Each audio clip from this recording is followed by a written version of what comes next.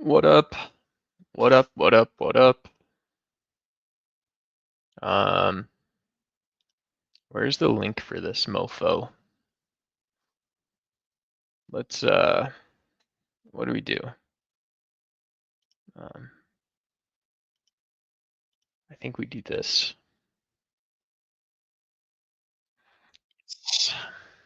Let's go. Um,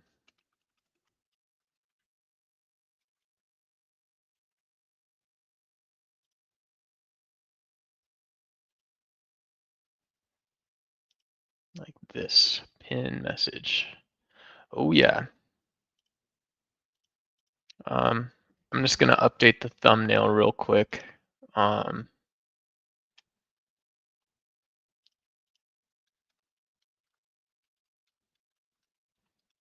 and we're gonna get started. Uh,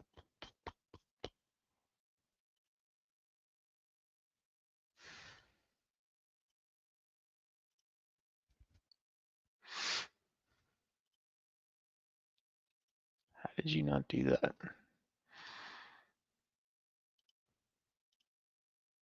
I don't know. I'll just do it this way.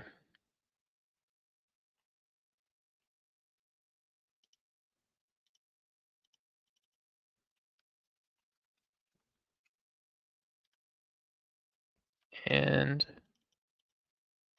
Diddy. That looks really nice. I think that looks really nice.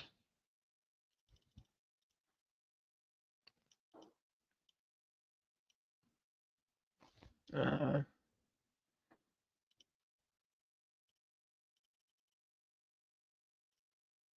cool.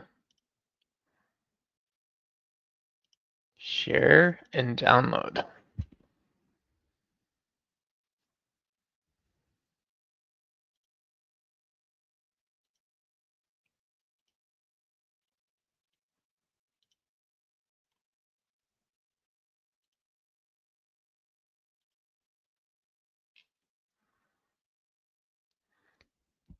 Let's see here.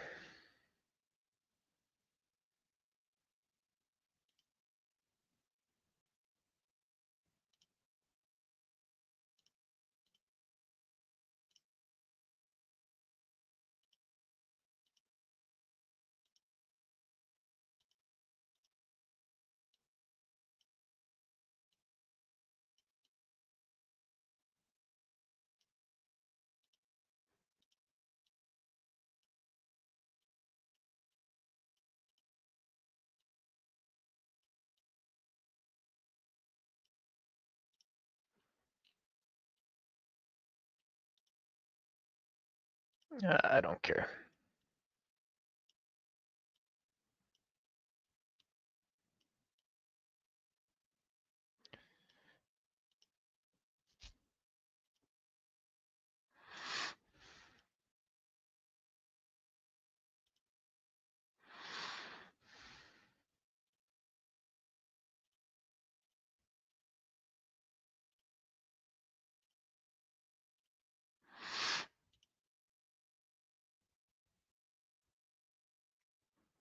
Um, I forgot how to change the thumbnail. I think I was supposed to. Oh, it's right there. Okay.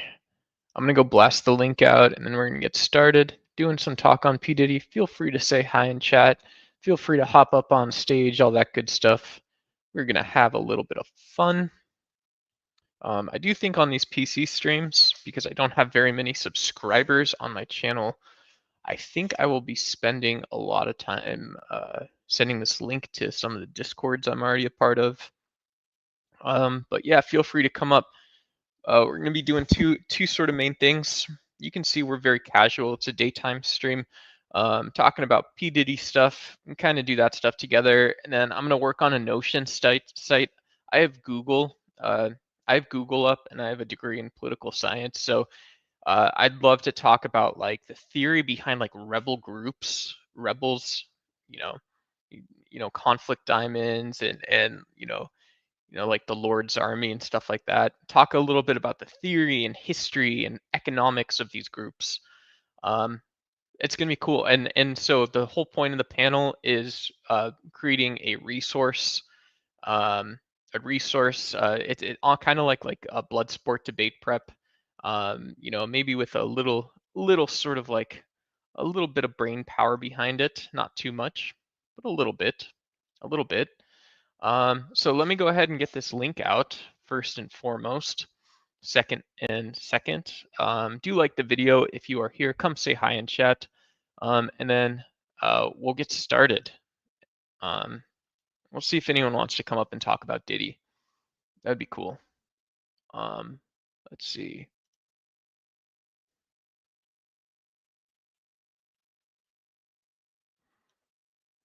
Uh,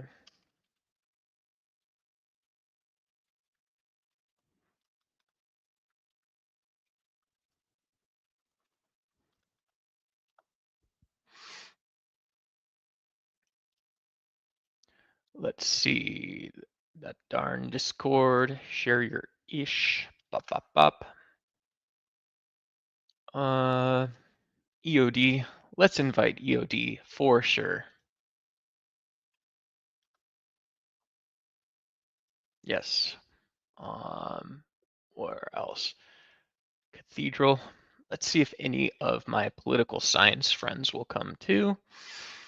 I would call them friends. I would say what's up. I would call them friends. Um, let's see. Um,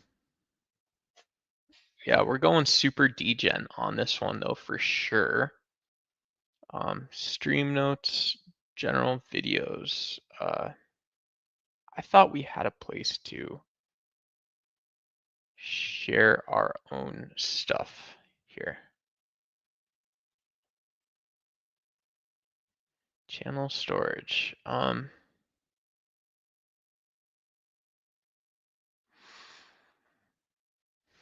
Philosophy section. General videos. I'm just gonna like normal post this then without the everyone tag here. Okay, cool. Let's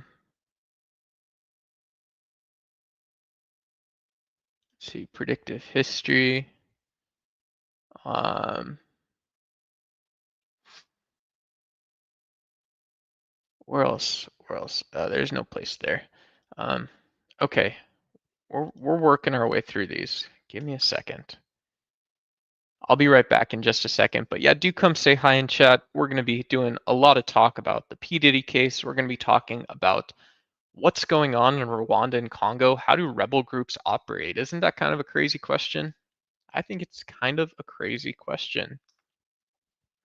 So hopefully we get some of the daytime panel squirrels, panel bunnies, whatever it is. Some folks want to come up and hang out and talk, but if not, I'm just going to be focusing on the Notion site, and I'm going to share the link to that afterwards. So if you ever get asked what's up, what's going on with a conflict someplace in the world that you're not familiar with, we're going to start building that resource out. So come be part of it. Come like and subscribe, all this other stuff. Yeah, if y'all got notifications on Discord, then you must be silly enough. You must be silly enough to get tagged by me when I'm trying to get a couple people into the stream room. We don't care. We don't care at all. Let's see. I think that's it. And then Miss Cat. Cat, cat, cat, cat, cat. That's about the bottom of it. Let's hit one of my gaming discords, and sorry, I'm blasting this link out. I already told you guys this. Blasting the link out. And now we are going. Let's go.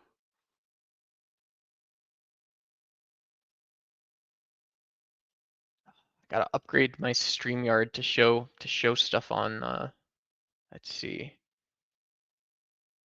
Bam bam bam bam bam. Boom boom boom.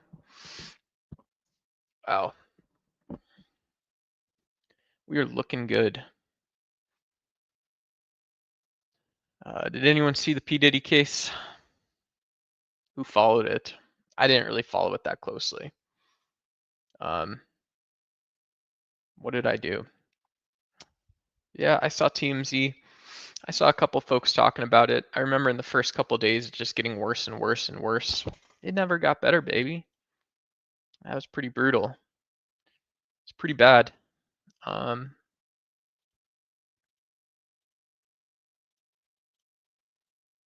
Pretty bad. Yeah.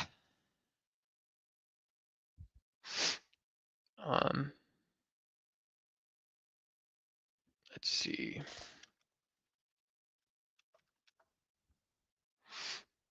I don't know if y'all know about Notion, but we are going to make a site. We are going to make a website.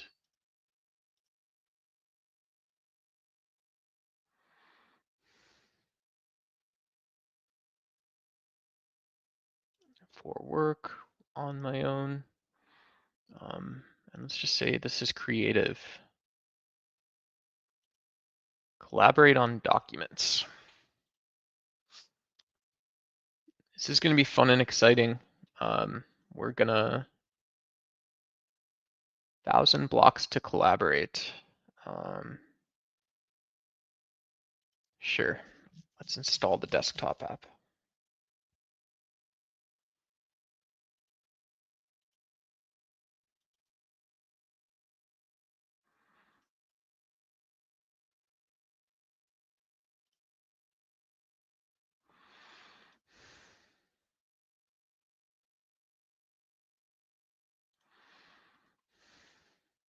What's up, everybody who just joined? We're gonna be doing some not sort of debate conversation prep on rebel stuff. We're also talking Pdiddy case. Was justice done? Was justice served? I want to know what y'all think. I'd love for some of y'all to come up and talk about it. Take the reins of the show, baby. I'm just gonna be sitting here on Google nerding out a little bit. We're gonna come back and talk about nerding out. And we can see if Mr. Sean Combs is going to be comfortable with his 2 convictions. We can see if the courts and society has been doing the right thing. We'll be able to talk about all of that stuff. Hurry the F up.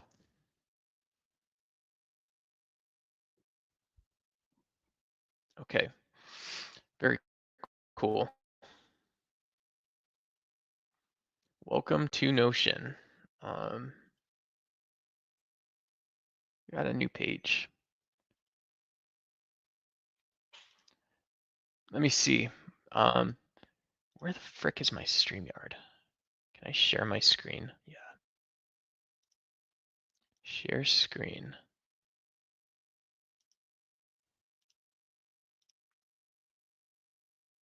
Let me just.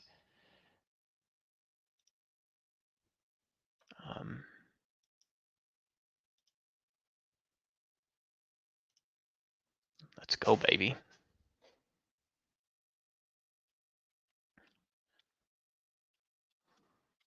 Rebels in Rebellion. So if y'all want a little bit of background on the conflict in Democratic Republic of Congo and Rwanda, it's hard to find one, right? One of the, there's 2 different ways you can quickly, from a Western perspective, sort of characterize.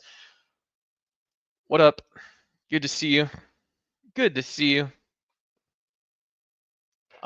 There's 2 different ways you can kind of quickly characterize the like some of these weird African conflicts that you eventually see in Leonardo DiCaprio movies, right? Eventually you see Brad Pitt or Angelina Jolie doing a film about these things.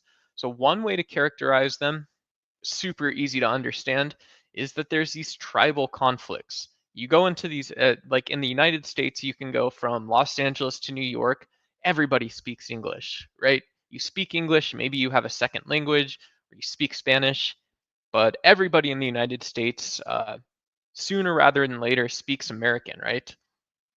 It's just the way the United States is, you know? Yeah, there's a lot of important stuff about sort of preserving indigenous languages in different places and stuff here. But yeah, when you go to school, public schools and secondary schools, up to university, they're all going to tell you like, look, we'll support you. We're going to support you while you are, freaking, what's it called? While you're learning the second language. It's true everywhere. It's always true. Um, Now, when you go to Africa, sometimes you can walk around a 20 square mile area, and you'll have, within one country, you'll have dozens or hundreds of languages, right? People see themselves as culturally distinct. People see themselves as politically distinct in the modern era, and so these sort of tribal connections between people, uh, are like total, big, whatever you call it. They're big, big different, you know, big difference. So at some point you eventually get conflicts, right? It doesn't matter if you go through 20 years of peace. It doesn't matter if you had peaceful eras in the past. Um, when you look up the Wikipedia list, we're talking conflicts, we're talking serious day disruptors, all this other BS, all this other nonsense. Um, those day disruptors, they just pop up. Um, So that's simple enough to understand. If you want to call it the Bloods versus the Crips, that's cool. I don't think the Bloods and the Crips are, they're more of a gang than trying to build like a state, a nation state, all that kind of stuff. Um, but yeah, um, so with DRC and Rwanda and all this other stuff, we are at least talking about, the Tutsis and, the Hutus and different groups that have formed on account of them. The other way to sort of do this, and we might look up some documents from the Great Lakes region and DRC and in Congo, just to kind of get an idea what it looks like, sounds like, try to figure out what it might be about. We might look up some like sort of critical theory from European scholars, from folks in different places. Um, but from the Western perspective, we often just say, well, like, look, at the end of the day, this is about property and ownership. It's about property and ownership. If you want to call it imperialism and power, that's cool. But, um, you know, a way to sort of both validate and sort of describe the gap between what we see guys on like CNN, like Don Lemon talking about, and other folks. One of the ways to sort of like look at that, um, is like, well, yeah, property rights are um, everybody's claiming ownership of these minerals and resources. They're worth a ton of money. They're worth a ton of money. And so, what is it about people in a society that you eventually make the choice to fight over this stuff?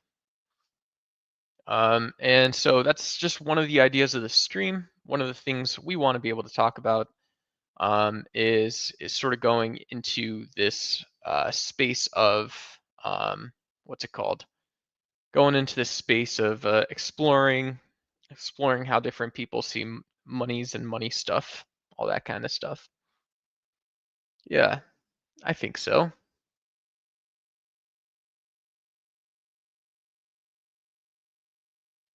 Um, let's see.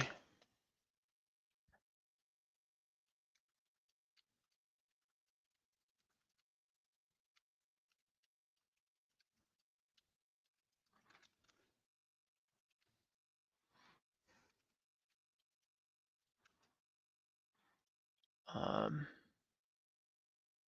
let's see. Bop, bop, bop, bop, bop. Let's go.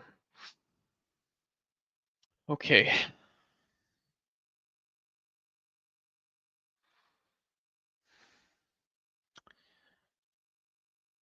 Yeah.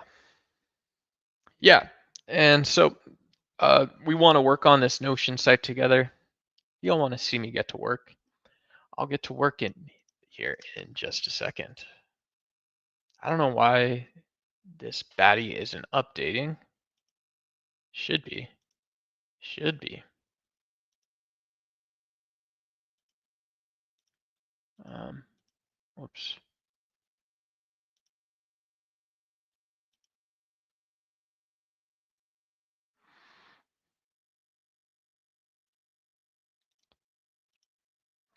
So Who are the DRC and Rwanda rebel groups? We're going to start with this section called, I believe this section is should be called questions. We'll add a heading here. Questions. Is this mofo really not showing anything that I'm doing on screen?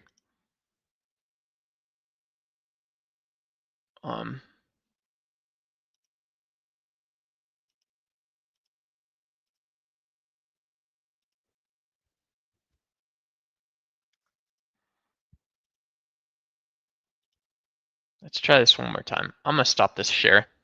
I'm gonna go right back and share it again. I'm gonna go right back and share it again. Welcome to Notion. Window.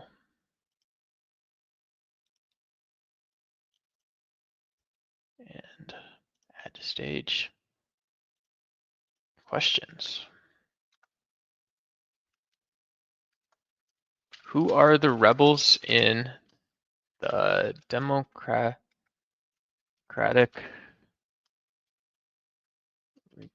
Republic of Congo and Rwanda? What are the historical relationships like? Kind of boring. Who are the formal and informal actors in the region? What drives conflict and rebellious organizational is? What drives conflict? Let me know if you guys got questions in the chat. We will add it to the list. This looks like it's showing up now, which is kind of nice. Let me see, we can. This fool's asking if I want to improve my writing. The AI. Fool, I don't think I could improve my writing anymore. I think my writing's actually pretty good. I think my writing's pretty good. Um, we should ask, what is the purpose and actual plan with Donald Trump's peace accord between Rwanda and DRC? Give me 1 second while I type this stuff out. Whoops.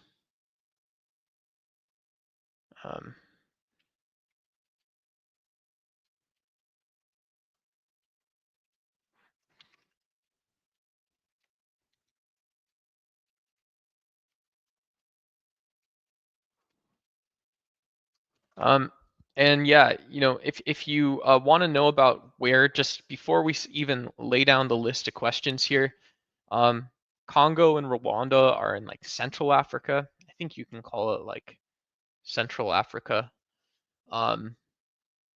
And so Congo is one of the poorest countries in the world historically, even though they are very resource rich. And so it's even an anomaly, right? And we'll talk about this a bit, but imagine you get on a plane and if you go someplace that you hear before, you know, your pet hamster, or you know, your brother tells you, you know, your brother, mom, dad, whoever, they tell you, we are you know, we're gonna go fly someplace. They got a lot of gold, they got a lot of diamonds, they got a lot of oil. It can be anything. You know, Kazakhstan has #1 best uranium in the world in Kazakhstan. You just imagine that, like, well, look, if you got this pot of gold to work with, I would assume you have some influence or sway. I would assume you've got a little power. And it's like, okay, cool. You know, I don't got no questions then. I ain't got a thing to say. Ain't got a thing to say. I don't got to confess to nothing. I don't even know nothing, right? You know that, okay, you know, in political science, you would probably sort of think that maybe you have sort of a strongman government if they've got all this money. a little bit. Maybe it's not just the strongman government, once you get off the plane. But who knows? Maybe you have some like sort of oligarchic or state businesses. We typically think of stuff like that. I mean, in the US and in the UK, you can look at our oil companies. They sort of operate like that a little bit. And yeah, if you go to it turns out that if you buy a plane ticket to Saudi Arabia, to China, if you buy a plane ticket to Pakistan, if you buy a plane ticket to um, wherever it is, uh, your expectations end up sort of matching reality a little bit. Sort of matching reality a little bit. Oh shoot, what's up? We got Beth Mayhew here. Um, how do I do this? What up, Beth? Hey, How are you doing?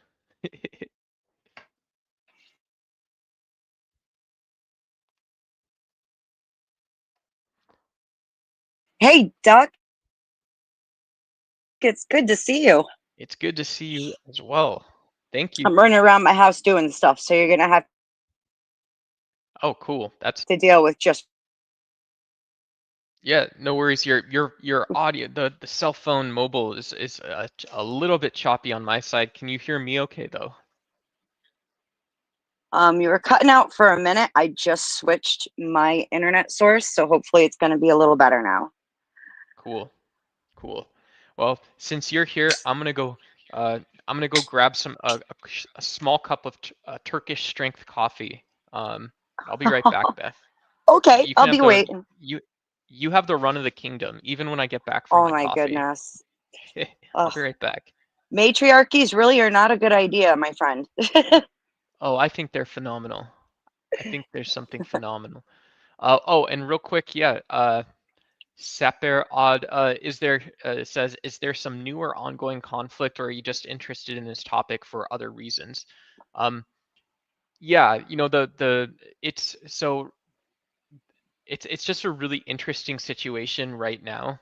Um, like, you know, and yeah, there's so right now there's accusations that you have this former Hutu group that is still too active. You have accusations that the DRC is using things like these old groups to control Rwanda. I know this stuff might not have a lot of context for people who don't do geopolitics. I'm not trying to like really not the goal isn't to talk down to anyone. Um, and sorry, uh, and yeah, so like the current event that's interesting right now is that Trump signed a peace deal. Um, But yeah, this group M23 over the last couple years has several times taken resources in a very mineral-rich region of the country. Um, and yeah, so that's kind of the stuff I want to be able to outline and document and stuff like that. But yeah, Beth, I'll be right back, dude. Go get your coffee. I'll be here waiting. Let's go, baby. I'm so lucky. I get to hang out with Duck today. It's a rarity. I haven't seen him in a hot minute either. What's up, everybody? I feel weird. You left me sitting here to entertain you good, fine people. Not that I'm much entertainment.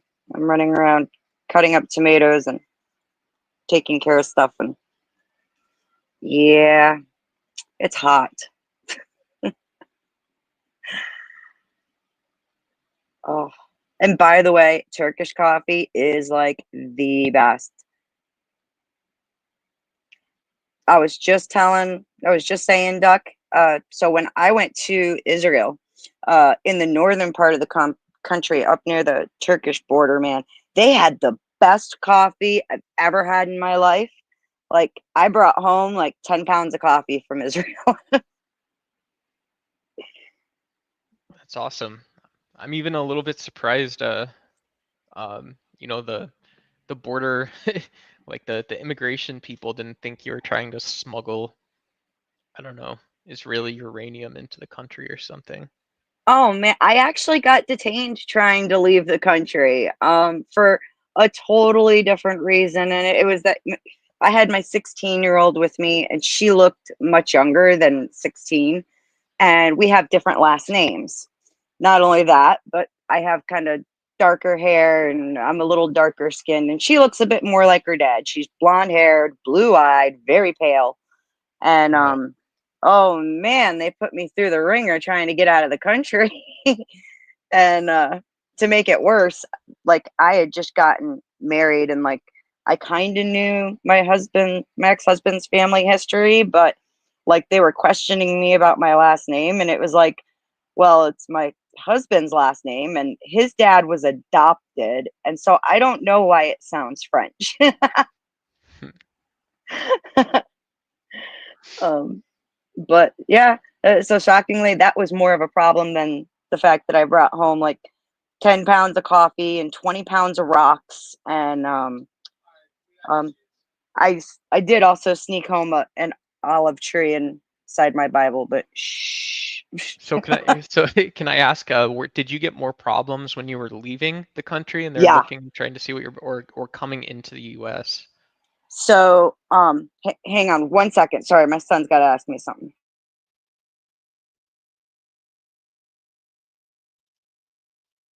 Hey, what up, Friction? Good to see you.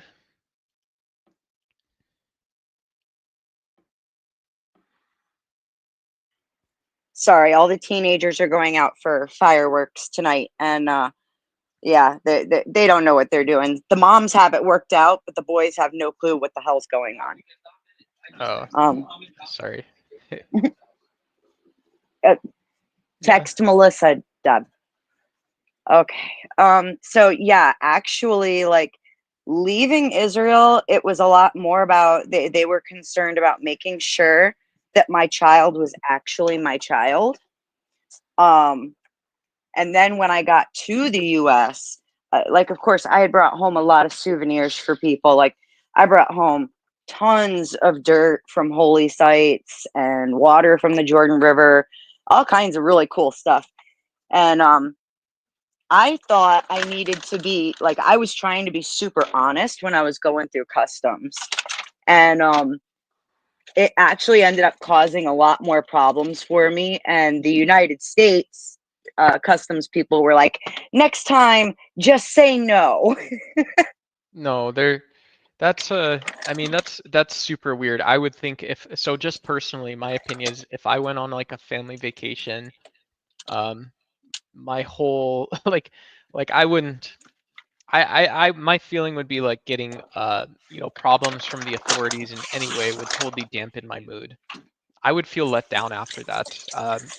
And I Oh, would yeah. I would sort of, because I'm an optimist, my first instinct would be like, okay, let me consider it from their point of view, like what's going on in the world right now. Is there a reason they're trying to actually keep me safe with this stuff? Um, so Yeah. Well, this was also back in 2017, right? And so things were a little different, but not a whole lot different. And uh, I was really, well, it was more complicated by the fact that we were really, really sick when we were on the way home. Like my daughter had gotten some respiratory cold while we were in Israel. And they don't have Robitussin in that country. Okay. I'm not kidding. Robitussin does not exist in Israel. yeah. And we were just miserable. And so it was already just kind of like I was so over it by the time we hit the US and they wanted to give me problems that yeah, I got more snippy than I probably usually would. Um, and that's just primarily because man, we were sick as hell and just wanted to go home. And like we had gotten stuck in Amsterdam, they broke our airplane. And so by the time we got to the US, we had missed our flight and they had to move us and fly us to places that were totally out of the way. Like we ended up in Wisconsin and we were trying to go to New York. Yeah. So how what if I can ask, how how Sure, much of the anything. trip how much of the trip were you guys sick for? Like how did So did you have to were I'm just picturing you're Yeah. being Mama Duck Beth, like, okay, Oh. everyone, we're okay. I'm not going to tell you to not feel the way you feel, but we're okay. We're in Israel. Yeah, yeah. Yeah, there was a couple of days of that, literally, where I was like, suck it Yeah. up, Buttercup. I paid a lot to get you here. Um, so my daughter was sick for probably we were there for almost 2 weeks, and she was sick for like the last 4.5 days. Uh plus one more for travel. I did not like when we were at the airport, I was starting to not feel good. When we got to Amsterdam, like I wanted a hospital. I was so sick. And at that point I kind of had to look at her and go, I am so sorry for being such a bitch and telling you to suck it up. I'll never do that again. Matter of fact, like we got home and that was the first thing we did. Like we slept for a couple hours, got up and went to the hospital because Oh, well, it was oh yeah. bad.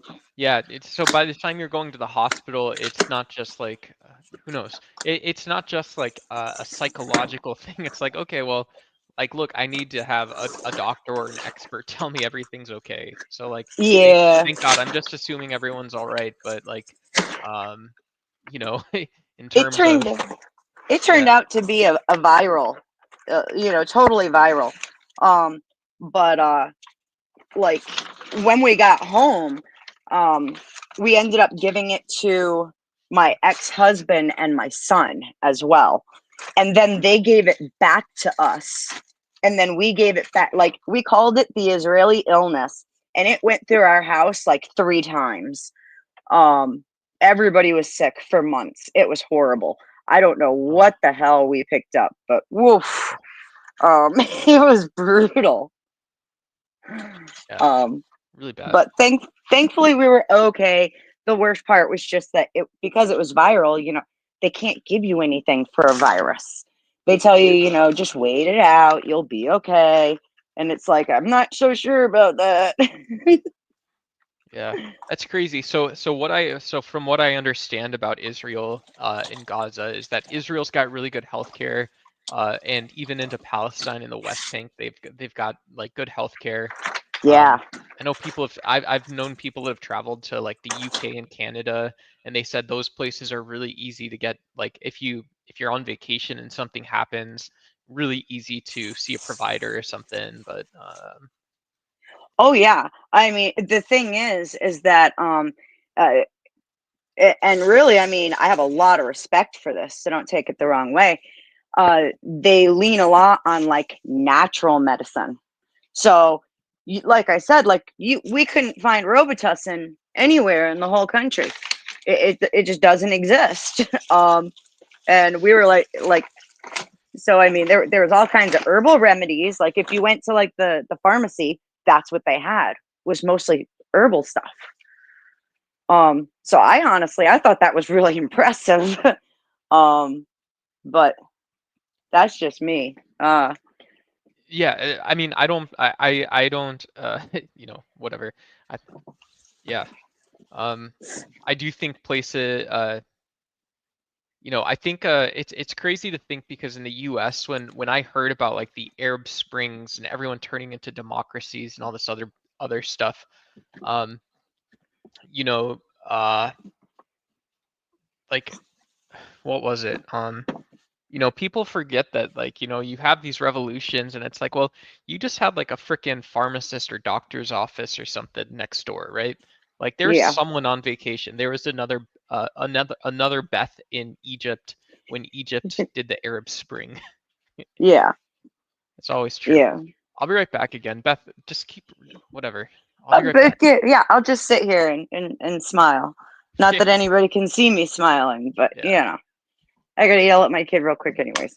cool, cool.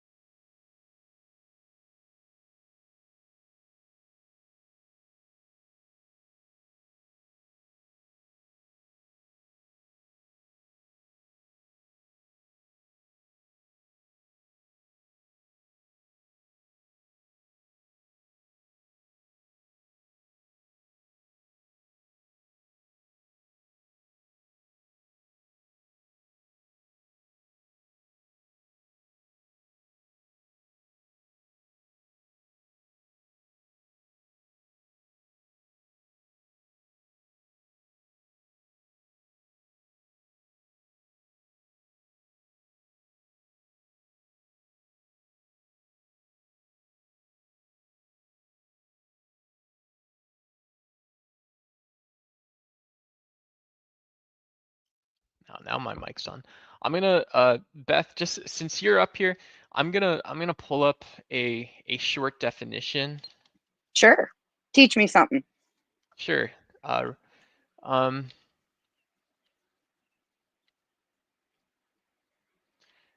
this is cool. This is from Security Studies, so I'm sorry if this is too far outside, like what our brains normally talk about. And I'm not Yeah, teaching as much as I'm learning this with you as well. got it. Honestly, I think it's really important for us to expand what we think and what we know, because those are two very different things. Um, I mean, you can know something but still think it's completely wrong, where it should be a different way.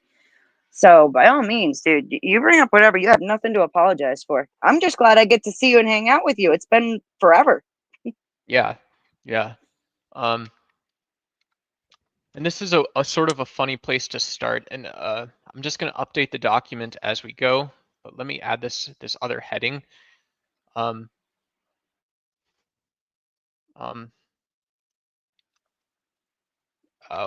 what theories drive rebellion? And so this is a little bit of a non sequitur, but this, whatever. So what theories drive rebellion? Um, and so this term here, deprivation, we'll add this here. And so I'm going to read this. Sorry if it's boring, but if we're picturing like a rebel group, or picturing someone who's going against a government, this says relative deprivation is the subjective feeling of anger and resentment and frustration that individuals or groups experience when they're comparing their circumstance to those of others. They consider relevant and perceiving a disadvantage. It's not about absolute poverty or lack, but rather the feeling of being deprived in comparison to others. So it's not about the way I understand this is it's not about like, maybe you've got rice in the bowl.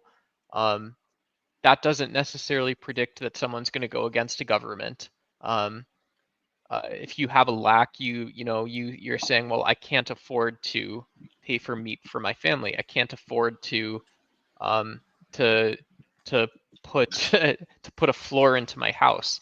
That doesn't predict you're going to go against the government. It's relative. Um, uh, that lack.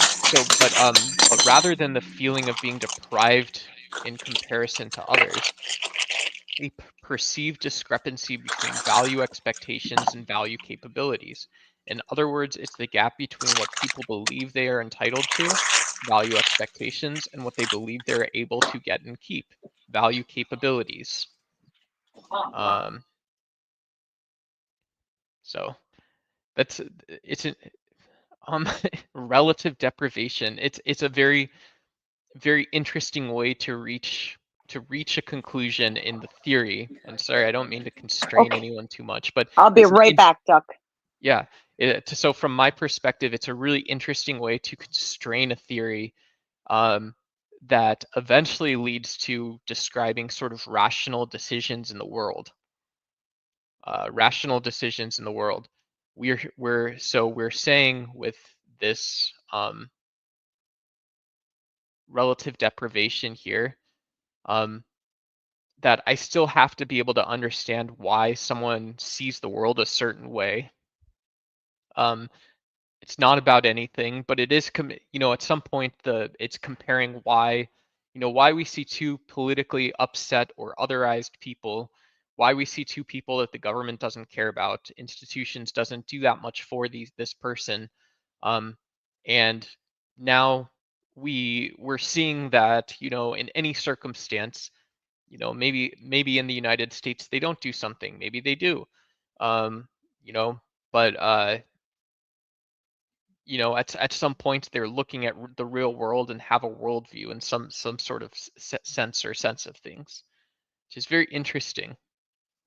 It's very interesting. from my perspective.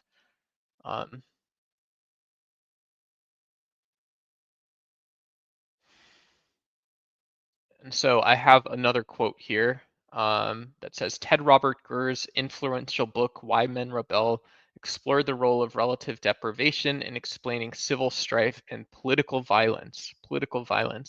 So according to politicalinequality.org, Gurr argued that this perceived discrepancy between value expectations and value capabilities, when intense and widespread, could lead to frustration and social discontent, potentially triggering collective violence and rebellion.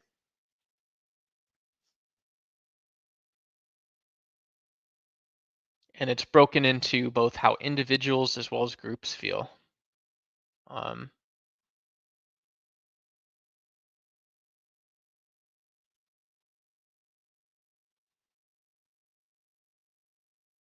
This was a book written in 1970.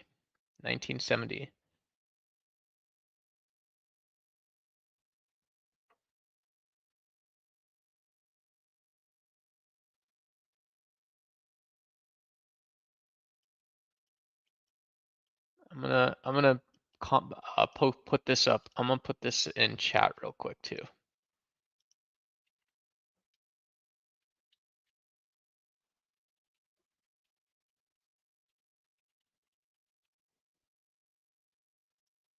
Let's see.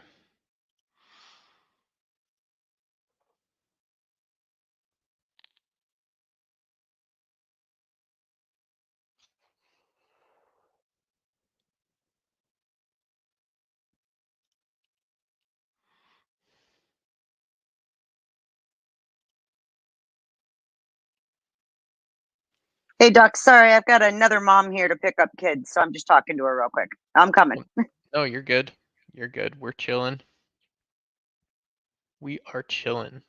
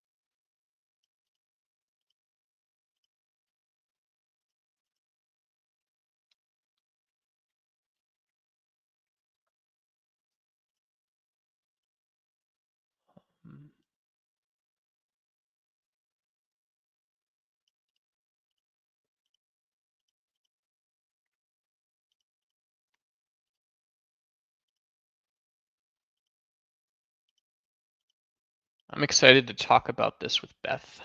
Okay, Beth is back, and you have my undivided attention because now I am child free for the night. Oh, I cannot wait. Do you see what I I posted? This looks like I posted this. This looks like it's like it's Harvard or Princeton that is like going into the blood sports sphere or whatever. Oh, I don't know if you see the quote on screen. Men are quick to aspire beyond their social means and quick to anger when those means prove inadequate, but slow to accept their limitations. This is from Robert yeah, Gurr's book on rebels and rebellion. yeah, that sounds about right. And it goes for all of mankind, right? I mean, Lord, honestly, I think sometimes women can be more dangerous than men at Yeah, times. At least I've seen a few that's certainly done far more property damage. Um, oh man, I kind of miss debating already. I'll get back into it eventually. I mean, I'd like to see you back up there, uh, uh, for sure, for sure. So, what's your thoughts on that? Throw something at me. Yeah, I mean, to me, it's a really challenging idea, right? And maybe this is me having like a high functioning form of autism or whatever, but like it's always really like I'm one of these people where in the real world, in real life, I'm always so surprised when people do things that appear really irrational or dumb. Like the way I think of it. Um, Yeah. you know, like I and maybe this is maybe why, like I get made fun of online in the blood sports space. Like I would have never thought that Donald Trump would have run two presidential campaigns saying Barack Obama was from another country. That would have been something that's very surprising to me.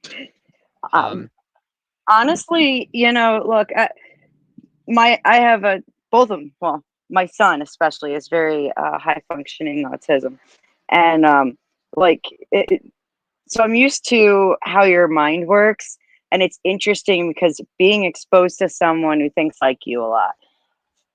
For me, I can totally see why you see it that way, and it makes sense that you see it that way. Because yeah. you kind of expect people to learn or to evolve or, not to stay stuck in the same place, right? Yes. Yeah. Yeah. So learning and evolving and not staying stuck in the same place. Um, uh, so I'm saying from your perspective, looking at other people, you guys yeah. kind of automatically expect it's like, somebody touches a hot stove. When they touch it again, it's like, wait a second. I thought you already learned that lesson. Why'd you do that again? It makes no sense because you guys actually see the logic in changing and adapting where it's called for. Does that make sense? Yeah, yeah, but let me challenge that a little bit because like if I think of like a man or like a man who was an abuse victim or something, Okay. if I think of an abused male, um, my sort of expectation for that person is that they would say no to things three times, right? You were abused, maybe you remember, Oh yeah. scary mom or dad back in the day. And so instead of trying to become this great man, instead of having that expectation, I would think that like, you know, who knows, right? There's like a Christian Business Association in the United States. My expectation, my natural expectation for that would these people would, these people wouldn't lobby for Christian businesses first and foremost. They would first lobby for, well, what makes a business Christian in the first place? Like Yeah, I don't know if that makes sense, but it does make um, sense. It does make sense. The problem is that I think that our society has been intentionally dumbed down really, really hard to the point where people who have no excuse to, not have high functioning thought processes just don't know how to, or they're so stuck in like an instant gratification thing that they never really kind of pick up the idea of having to work for anything, if that and that includes with their thinking, right? uh, yeah, that's such a like, I hear that. I think you're saying something that's so damning about a society right now, though, that I we can we just well, let me we can describe like Sure. we can just so you're telling me that that I can I'm able like obviously I'm able to describe 200 million males in the United States based on this drive for instant gratification and a dopamine rush. I'm saying, and listen, this isn't even just for the United States. Okay. I think that there's actually far more countries who adopted this line of thinking, and it started. If I'm probably wrong on this, but like back in like the Don't worry 1934. about it. Don't worry about it though. It's like back in 1934 or something, where they started evaluating how we teach children, right? And what they did was they shifted from having a knowledge base to a behavioral base, where school became about, training kids how to act and behave rather than how to have independent, expanding thoughts. Um, And do you get what I'm saying? So it's not Yeah. even a matter. It's not, and Yeah. and when you start going into behavior modification, that's where Okay. the instant gratification starts becoming a problem, because they, typically when think about when we're training our kids, right? I know when my children were little, whenever they said please or thank you, I like over the top praised them, and they love, Okay. because kids love attention, and Yeah, so but they Beth, wanted Beth, to do it how more is, and sorry, more. I don't mean to interrupt you. No, sure. How is that not just um isn't that just having some sort of maternal instinct though? Shouldn't we imagine Sure. that that can end up becoming a lot of sort of prototypical, and when we're talking about rebellions in places like Rwanda or Congo, or the worst actors in the United States, shouldn't we imagine that that sort of instinct can end up becoming a lot of different things, or is it only one? Like, Oh, it I can be don't know. Is it dangerous. only one thing, just how it is? I'm not entire. First of all, so I'm not entirely sure. I don't know much about the rebellions that you're bringing up. All right, like I don't watch the news because I've got a whole story behind it. I only watch it when I know something really big is going on that I want to pay attention to. Otherwise, I rely on you, wonderful people, to keep me in the loop. Yeah.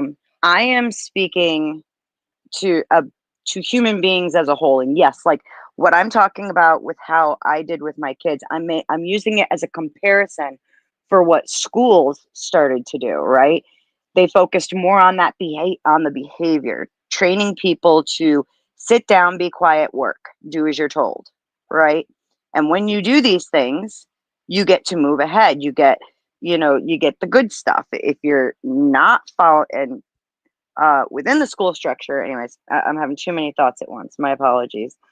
Um, when you're not when you're paying more attention to the behavioral than you are the intellectual side of things and actual learning and knowledge, that is where the society start. All societies that have adopted this way, anyways, have started really falling behind, and it becomes more about this behavior driven existence rather than having, actual expanding thoughts. I think that people who think like you do with the way your brain works, you guys are the lucky ones, because your brain is already functioning at a higher level, and it's hard to force it into that behavior modification, whereas everyone else kind of becomes a sheep, right? And I hate to say that about people. I don't mean it negatively, right? And like I said, it's not just the US. You can look at countries all around the world and see the same thing I'm talking about. Yep. Yeah. No, that's interesting. That's good. I mean, yeah. So when you're bringing up the rebellions that you're talking about going on, can you educate me some on them? I'd love to know. Like, what's going Uh, on? What's your concerns? What are your thoughts? yeah, let me I'm gonna pull up a couple more quotes in the chat. So these are the three ways that at least Robert Gurr talks about this. And again, this is the book that the main quote on screen is from. So let me just drop this one into chat. This is the first version, the first way that we see uh, at least this perception that we have less and this perception that we can have more ends up happening. Um, and yeah, this is me educating you. I so love it. so I'm so here for it. uh, decremental deprivation. So value expectations remain constant while capabilities fall. So perhaps immigrants are taking over unskilled jobs, lowering conditions for unskilled labor. And so, like specifically in a place like Congo or Rwanda, where you have a lot of like mining operations, um, people, if you see that, like, well, the government just said that we're going to bid out a lot of the most resource rich areas for the most lucrative resources. The reason for this, right? And this is, big bureaucrats. The reason for this is that the government wants The government wants to be able to know where you're selling these resources. They can report on it. They can tax people for it. So decremental deprivation. And so as a result, we're also going to have some bias, or this is going to cause a certain person to not only profit from the resources, but to have those jobs. So you get both so some people are going to feel outsided. Some people might not agree that, like, look, the government is the only one that profits from resources in the country. And so based on what Gur's saying, he's saying, well, value expectations remain constant. People that used to get value from this or have an idea or political belief about resources in Congo, that doesn't change, but their ability to pursue this and maybe, the ability to securitize and fight over it, that doesn't change. So Well, I mean that's kind of the human condition to begin with, right? Uh, to have control of as much power as possible, regardless of where it's at. I don't agree with it, and understand, like, I, I don't like the government. I can't stand it. I think they're way too much up in our business. I hate the fact that we paid for property and I still have to pay for it, or they'll come in and take it away from me, even though it's paid for in full. Um, I mean, I could sit there and go on and on and on. So, for as right leaning as I know you've seen me be in the past, don't think I'm totally, I'm not a sheep on that side either. yeah, yeah. So Do you think this could become yet another replay of, or just another situation where we are, I'm trying to think of the best way to say this with TO. I mean, well, I don't think slavery is a TOS word. If it is, please tell me. Um, but seems like situations like these could be a setup towards just another situation. And I think that's kind of, I start getting concerned as far as who's who is running the worker, who is, they're compensated, how they're, what, how much working. A lot of variables to these things make me very distrusting. um yeah, yeah. It's hard to say. So, like, the one of the weird things about the M23 rebel group in Rwanda was that is that, it's it used to be the case that the leaders of this group were like the who's who, you know.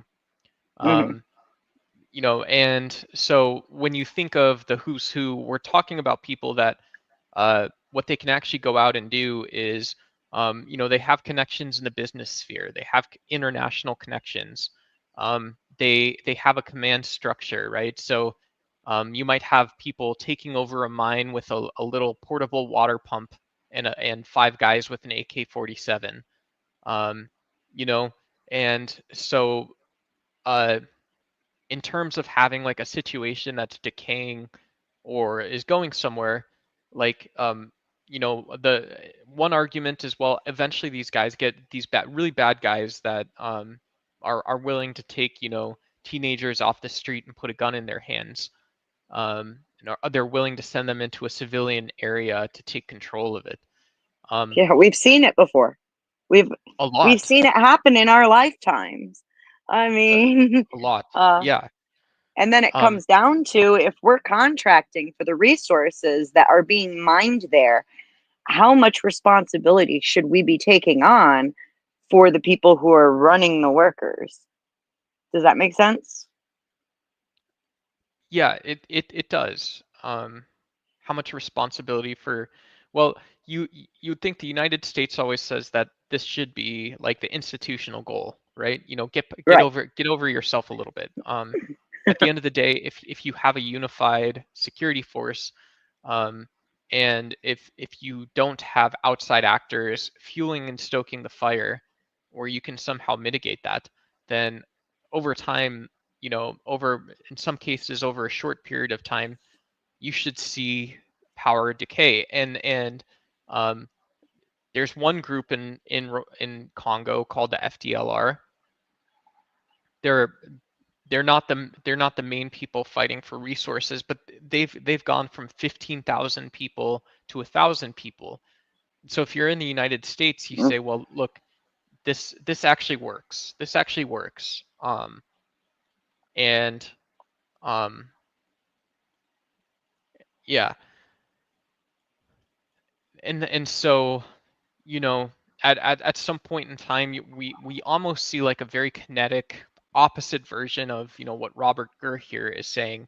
Well, this is only one of the ways that we see rebel groups, individual leaders and people come together, form, they fight, they commit atrocities, they call themselves freedom fighters. Maybe that's true. But one way that works is, well, value expectations remain constant while capabilities fall. Well, then your capabilities are going to fall eventually. You're going to see that, you know, this almost ideological, psychological belief in a value expectation has to shift because of this. You can't stay in that same headspace anymore. Yeah.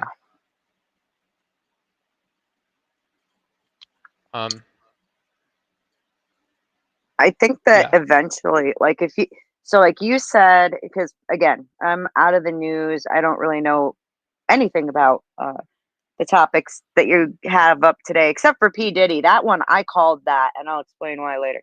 But I knew that shit was gonna happen. Um, so you said we made a bid to try to attempt to gain control of these resources, right? Yeah, they so yeah, so under um so the United States buys mining contracts, meaning that Yes. we've got heavy Yes. equipment, heavy um and we've got heavy uh you know, these contracts, and so does China is the other one that's huge. Yeah. And so there's, when we think about a place like Congo or Rwanda, they say like, look, we need to buy guns from you guys. We might need resources for like server farms. We need computers in our country. Isn't that absurd Yeah. that we have to like ask for that like that? We need infrastructure investment. This is what the West sees. This is totally what the West sees, and as well as China. Um, and and um, so when there's insecurity in how much of the resources you're going to buy in advance, and it turns out it's less than you think. Um, you know, in the United States, we think of that, well, that's a bad year. You had a really crappy year. Um, um, and that is one way to look at it. The other way to look at it is that, um, you know, if you're Congo or Rwanda and you see that same thing, you say, well, look, we just don't have enough here. We just don't have Yeah. enough here. And that's a good thing. And it's not a good thing for us, but it's a good thing for these rebel groups. Again, because, you know, men are quick to aspire beyond their social means and quick to anger. Yes. When those means provide inadequate, but slow to accept their limitations, they don't know that they have to have an opinion, um, about sort of the worst case scenario. And they don't, a lot of these rebel leaders will be accused of saying, we don't know what the best case scenario actually is. We don't know Yeah. what the best case scenario might be, that you have UN peacekeepers now driving around in Humvees, and now they're shooting, you know, like a 50 BMG at you. Like, Yeah. And tough. this is where things always get really interesting when I talk to you, because you are really intelligent when it comes to like the economical side of things. And honestly, I suck at that stuff. I'm far more about like human nature and societal behavior and those impacts, right?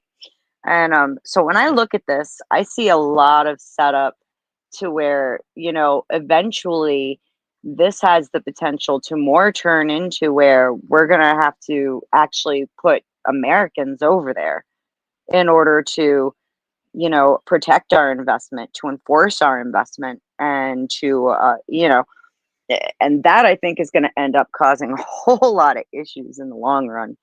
Um, But Beth, and Beth, don't you think do you think American voters are also responsive to seeing a high level of death, a high level of poverty, seeing a yes, government that's not effective? Is that a we should be. fair We accusation should for be. you? I think we should be. I think that it kind of goes both ways, and this is part of why our country has so much like fight against each other right now, is because you've got some people who really just want to be freaking comfortable and okay for once in their lives, and then you have other people who are like, but what about the people who are starving, and what about this and that, you have the self-interest versus the charitable interest. And I do agree with you, and I think that we should be a far more empathetic people than what we are. And it's not just us either. That's worldwide. Some places are far worse than us, by all means. Um, so, do you think that this is a situation where we should be getting over there and trying to uh, work out the things that are going on with the rebels and everything in order to protect the communities? Um, yeah. At the end of the day, the way I see it is that if these resources are as valuable as people say they are and they talk about in the world, there should be a solution that, um, and the reason I almost disagree with the question. The reason I almost disagree with the question is because if the psychology is such that we don't have a viable political solution, um, then the problem is that people are behaving inconsistently around what the world's resource providers, these resource-rich nations, and the regional support for them should be like. And so we get, as it turns out, you have countries like Kenya, um, who are basically saying, well, look, we're talking about, what Kenya talks about is we do have this sideline story where the Kenyan army and the Kenyan police are getting stronger. They're rising to match sort of the level by which society is asking them to be strong. But you also have a narrative of liberalization. People are starting businesses. You're starting to see individual wishes and stuff built into how civil society works and stuff like this. And so this weird narrative that the US and the UN always comes in and securitizes, and that's the first thing. Well, this is like old school United States thinking. This is how ordinary people in the United States think about it, but this isn't actually going to be how that happens and how that goes down. Yeah. So I don't totally agree that we need to be interventionist, um, but I also don't totally agree that so much of the power projection from China also needs to be in the conversation. Um, yeah. I tend to agree with you.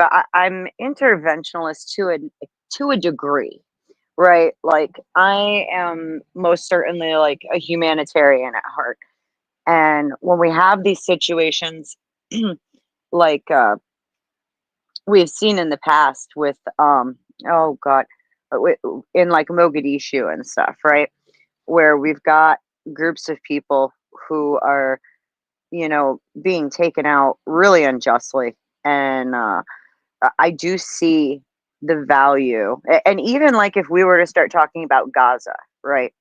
And this Yeah, whole yeah, sorry, idea. Beth. And just to make sure we're staying on the Oh, same page a little bit with the yeah, yeah, so please. um so yeah, with like Mogadishu, um and when we see both like splinter groups as well as like Islamist factions and stuff like this. Um, would you would you still believe in those types of cases? Because we don't have to accept what Robert Gurr wrote in this book. Um, do we still agree that there's some sort of this psychology where men are, we're seeing men are quick to aspire beyond their social means, and they're very quick to anger when those means prove inadequate, but they're slow to accept their limitations. Do we still believe that, or disagree that there's some short-sightedness happening in cases where you don't have a rock on the ground you're picking up? I do indeed agree that there's short-sightedness in this one. You can't make it a monolith because there are people who do have hearts, right? And there are people, especially when it comes down, and I don't even want to like pin it down to any specific religion, but people who actually have faith tend to be more humanitarian. Um, and that's outside of the corporations that run those faiths, right? The people themselves can have some sort of humility and humanitarianism about them. Um, and so, in those situations, like where we're talking about with Yeah. these mines, and if we have an invested stake in these mines and we have people there who are working in these mines to gather the resources that we have invested in, I would absolutely have to agree that on some level we have a duty to protect and in some and by through even maybe just through protection provide for these people who are handling our investment, right? Yeah. Yeah. I hope No, I that brought that back around the way that I meant I think that does it. I think that, yeah, I think that fully does it. Um, to. I would do it, in the real world. In the real world, now we see Piers Morgan and Sean Hannity talking about how, well, you know, shouldn't Americans be considering how and why, we don't see full democratic representation in what Trump in the past has called these, POS countries? Shouldn't we be really critical of something like this? They haven't figured it out themselves. They haven't figured it out themselves at all, Beth. I think that when it comes down to it, we can see exactly what you know, the same criticisms of Trump. We can line that up with every damn near every single politician on both sides of the aisle. Um, and that's part of where I take a lot of issues with our government because I think that it has lost its um, for the most part. You know what I'm saying? Too much of a corporation, not enough about for the people, by the people. The Yep. people who are in government are people. They were fucking, they their parents knew their children would be politicians before they were conceived. You know, at least in my opinion. And this is why I don't argue politics because man, uh, Yeah, it's really bad. I'm had gonna I'm my gonna way. Way we'd get rid of all of them and start.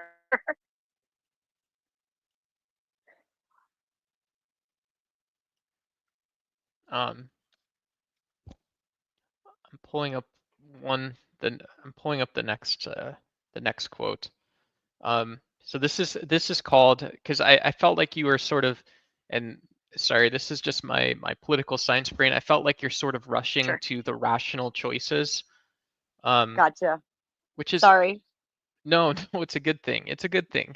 it's You're the actually woman ahead brain. of you're ahead of our own teacher, Robert Gurr in this case. Um, but first, one of the things that we were supposed to be considering while we're talking about this is aspirational deprivation. Um, Value expectations rise while capabilities remain the same. And so this is almost a different one, because if I'm a voter in the United States and maybe I'm not actually sure, I'm seeing this very anti-democratic government in Congo, or a government that doesn't always appear to be capable of behaving as like a sovereign nation. They don't have control of anything.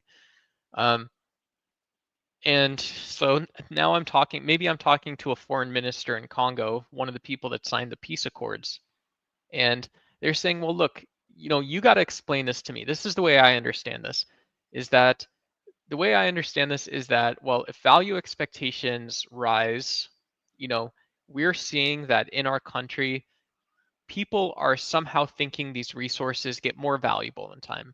They think that the power leverage they have right now becomes more valuable in time. And as it turns out, nothing is actually going to change here. Everything remains the same all the time. Isn't that remarkable? Everything stays the same all the time. So an exposure to a better way of life could raise what you expect of yourself. And the end part of this quote is while nothing in reality actually changes. So nothing in reality is actually changing in the first point. You still have democratic mining corporations. You still have state security forces and police going around making sure there's the laws enforced. They should be making sure people are paying their taxes and stuff like this. Um, and for some reason, you know, and so what if I I don't know if you want to answer this, but what if I accused you Sure. of saying, well, look, you're going to be, someone who's voting for, intervention or total, turn the other way, just mind Trump should mind our own business. What if I accused you of saying, well, you're just going to keep changing your mind about this? You're not actually looking about what's happening in reality in the first place. Yeah. I can see exactly.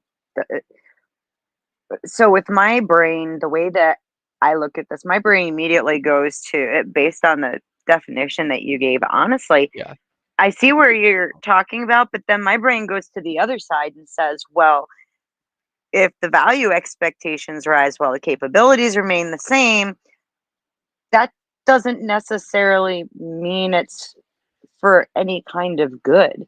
That could just mean they expect me to work 50 hours a week now for the same pay and still be happy about it. You know what I'm saying? Or even, I think that it can go both ways where people can find some kind of like happiness over, well, at least the status quo is and I'm probably wrong about this because again, I'm not very good with political stuff. um I think I tend to go more toward this ignites more ideas of oppression than anything else for me. yeah. And That's you're that's very nuanced, and I just want to call this out for anyone in the audience. Um, just real quick, I just want to call out that idea that you're talking about, Beth, um, that you know that it's from these positions of sort of deprivation in the first place, and even a nation state, even someone accused of imperialism is going to see this. Even someone accused of like if I have to do something or whatever, I have to go do some dirt, and it's because I've got this self belief of opportunity or something. Um, mhm. you know, and if I do that, even if I'm a president or I'm like, I'm if I'm a case officer or a liaison in the CIA or something, if I'm looking at Rwanda and Congo, it's like, well, I cannot be accused of. Hold on, Shakespeare's here. Hey, what's up? Good to see you. Um, um, if I don't want to be accused of being an imperialist, and I'm looking at this relative deprivation effect that might be happening in these Congolese groups, I'm always saying, well, look, all this means is that I'm now cracking down on corporations in Rwanda. I'm now going to crack the whip on Rwanda's ability to continually fuel these groups. And from a Rwandan perspective, it's sort of like saying, well, look, all you're doing in the first place is you're still not being African. You know, all you're doing in the first place is you're preventing us from having a conversation about what resource wealth is capable of doing. What we've seen countries like Kenya be able to do, where you have balance in security and you have balance in people starting companies and balance in civil society. You had all this balance, and now you're going to accuse me being an anti-imperialist liberal Democrat. You're going to accuse me of um, uh, um, you're going to accuse me then of saying that everyone in my country is irrational. How is that possible? How are you going to be capable of doing that? Um, Well, I would and draw. it I it would it, it, draw. it gets far. Sorry. It just gets further and further away from what the actual theory and what psychology says that humans should be believing about this kind of BS. Exactly. And that draws back to what I was talking about before when it comes down to um, behavior versus knowledge, right? And how people, societies, not just ours, but in many other countries, this model that they've adopted for, especially within public school systems. All right. We are taught not to think for ourselves from a very young age. Even right down, I remember when they started trying to do this Common Core math, and oh my Lord, especially during like lockdown, where I had to help homeschool my child, but using the school's criteria. That was awful. I was on the phone, like arguing with teachers who were telling me I was doing it wrong. And yeah, it was a mess. Um, but when you have people who are taught to, you know, just stay in line, right? And don't think outside of it, they end up getting taught how they're supposed to look at this rather than actually expanding and being like, oh, wait a second, that could actually mean something bad for me. Does that make sense with what we're talking about? I hope it does. It does to me, but I'm not always well spoken. I apologize. Yeah, it does. I can see it either way, right? I can see it as, if we're taking this example of, having to trust everything that a teacher tells you, and going into a public school and stuff like this, then there's a cultural value that you don't actually get to talk about, right? You Right. know, like and to be And it charitable and good, transfers as we yeah, grow. It just transfers from one institution to the next as we grow up. And that's why I think we see so many adults who are incapable of really interacting with government stuff like myself. Okay, I mean, I'll be the first one to admit it.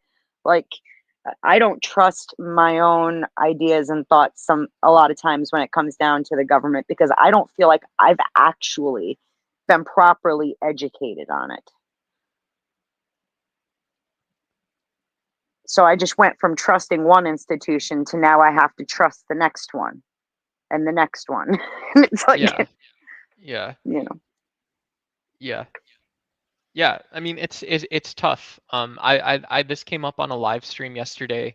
I brought up the term praxis, which when I criticize Beth, maybe not you because you and I have good rapport, I think, but when I criticize like some of the other folks in the spate debate, blood sport debate sphere, um, and we get into like the MAGA debates and stuff like this, and I criticize people, call them woke. This idea of praxis, right? At the end of the mhm, day, if I'm going to believe Beth or anyone about homeschooling, and I always tiptoe around these issues, but like if I'm yeah, going to criticize anyone, then it's like, okay, it's got to be the case that you're already taking actions and steps to take this education term seriously, praxis, right?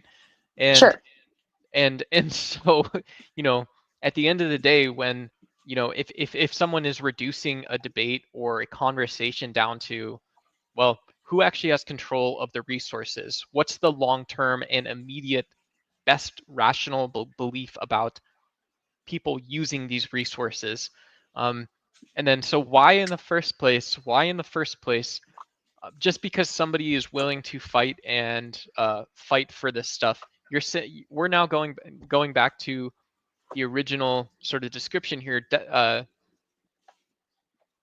from Robert Gurr, um, that men are quick to aspire beyond their social means, quick to anger. What were we just talking about money in the first place? That yeah, and so you're now telling me that this was a philosophical point. You're telling me that we're having a philosophical discussion about this stuff, but the praxis of it is that, well, now because the United States or China or Rwanda is interfering in another country's affairs, they're not projecting power toward a solution. It's imperialism and colonialism. It's hard to get out of this for me, is that Yeah. because of this, we're now seeing that well, there is no praxis. There is no history being written in the small ways that we need it to for diplomacy to thrive. Yeah. Shakespeare says something here too, but what precipitated the investment in Rwanda by foreign corporations that then began to sell laundered Congolese minerals? What is the context? What is the context? I don't know. That's why I have a frickin' Uh, Notion site up. I feel like I feel like that was partial English for me. Um, and Duck, I want to say I really do like. I think we have an excellent rapport. I like you a lot, and I would hate to ever like be on your bad side. So, like, I'm glad that you don't see me as just like another one of those, right wing talking heads, because I most definitely am not. And it's actually really, I have a very big secret about not all that long ago while I was married, where I voted for people that, people who I associate now would shame me greatly. Um, but at least I think that a lot of this stuff, again, I'm a walking, talking example of how a failure to educate and to pass on the appropriate knowledge to our citizens ends up bringing the exact points that you've been talking about more to the oppressive side, right? And because of I hate to go to use colonialism, because I think that there's some really good things to doing that, and I also think there's bad things to it, because I hate to see a lot of civilizations and cultures be literally destroyed just over resources and land, and this fight to press religion on people. um, I think that we end up just spreading the virus more, where people are just made into walking, talking machines that need to stay in line and do as they're told and trust the people who are calling the shots. But ultimately, at the end of the day, the ones at the top, they do meet these definitions, right? Where they are aspiring to the power, they are quick to anger. And while you and I might be seeing this as a philosophical question and we can see the other side of it, it's actually an accurate description, usually, of the main string pullers, right? Yeah, yeah, beyond deep state and stuff like that. Beyond just like the great man theory sort of stuff, where you have individuals and stuff that are. It's like, yeah, I don't need to go out and look at society. I can just see, are there really bad actors? Are there really good actors? That's sort of the main part of my story here. Is that's the way I hear that. I don't know if Yeah. I misinterpret it, but No, I think you and I are on the same page. Like I said, I'm not always, especially when I'm kind of pulling things out of different parts of my head because I didn't know what I was talking about before, or what I was going to talk about before I got up here even. Um, I don't always articulate as well as I want to. I feel like Jordan Peterson sometimes. Maybe I listen to him way too much. It takes me a while to get to the point sometimes. Jordan Peterson, after his, I mean, I felt his Jubilee debate was like a crusade, right? I felt like he looked at issues like he was on a holy mission from God. You know, Really, I he did his whole Daily Wire Bible study series. Um, yeah, that was really cool. Actually, I've seen parts of it, and I want to see all of it. I felt that when it came down to the Jubilee, I think that he had some strong points, and I think he had some really weak points where he failed to, loudly, proudly claim his position. Do you know what I'm saying? yeah, uh, yeah. What exactly? Well, like Yeah, go on. there was one guy who went up and was like asking him if he was a Christian. And like, I mean, he just danced around it and just wanted to, and I can understand, I mean, there were some rather argumentative characters that went up there. Um, and in all fairness, I mean, like, I haven't seen the whole Jubilee thing. I have a hard time getting enough time to listen to everything that I want to these days. Um, but I saw certain points and clips where I think he could have been more firm and not, in a way, the dancing only entertained these people who came up who I think were kind of trolling in ways. But when it came down to, you know, like the biblical series that you brought up, I thought I've been thoroughly enjoying what I've seen of it so far, for sure. So I think he lacks some of the fire he had in that. yeah, I'm gonna awkwardly and moderately with moderate autism post something else in chat because that actually gets us into this last point by Robert Gurr. Okay. And Beth, I very much appreciate you coming on stage as well. But Thanks just for having me. yeah, out of respect for the audience as well, I want to be able to Yes. at least cover one topic fully. And this is interesting because those sort of you've already brought up your view on education as a parent. Um, you've brought up sort of this conservative political view, which I think is actually like, and I don't mean to be, this isn't talking down, this is a very You're rare fine. thing. This is like really in line with what, some liberals and conservatives, people like Francis Fukuyama would say is a very mainstream, mainline American belief in the international system, right? Just because there's some sharp edges being brought out right now doesn't mean that this is what it is. Um, but this is a really a huge challenge to, I think, a lot of the points you've brought up. Beyond being a huge challenge to points that you've brought up, it's a challenge for lawmakers. And I'll post the other half of this. This is Robert Gurr, what he calls the third reason that we see relative deprivation creating these rebel groups. And he says deprivation, the J curve, the J curve. Expectations grow. We expect continued growth and capabilities to grow, but capabilities either don't keep up or start to fall. And so this is almost putting someone like Jordan Peterson, their personal story arc, their psychology and way of seeing the world, um, and sort of trying to identify motivations, as well as possibly the rise and fall of these rebel groups in places like Congo and the DRC.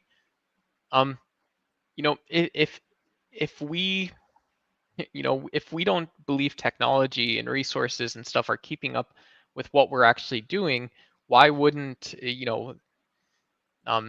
I think that's sort of what this is saying, but I don't know. I could be totally off on this stuff, and I'll post the other half of it. He says things. He says things about modernization, depression in a growing country, or other changes could cause this.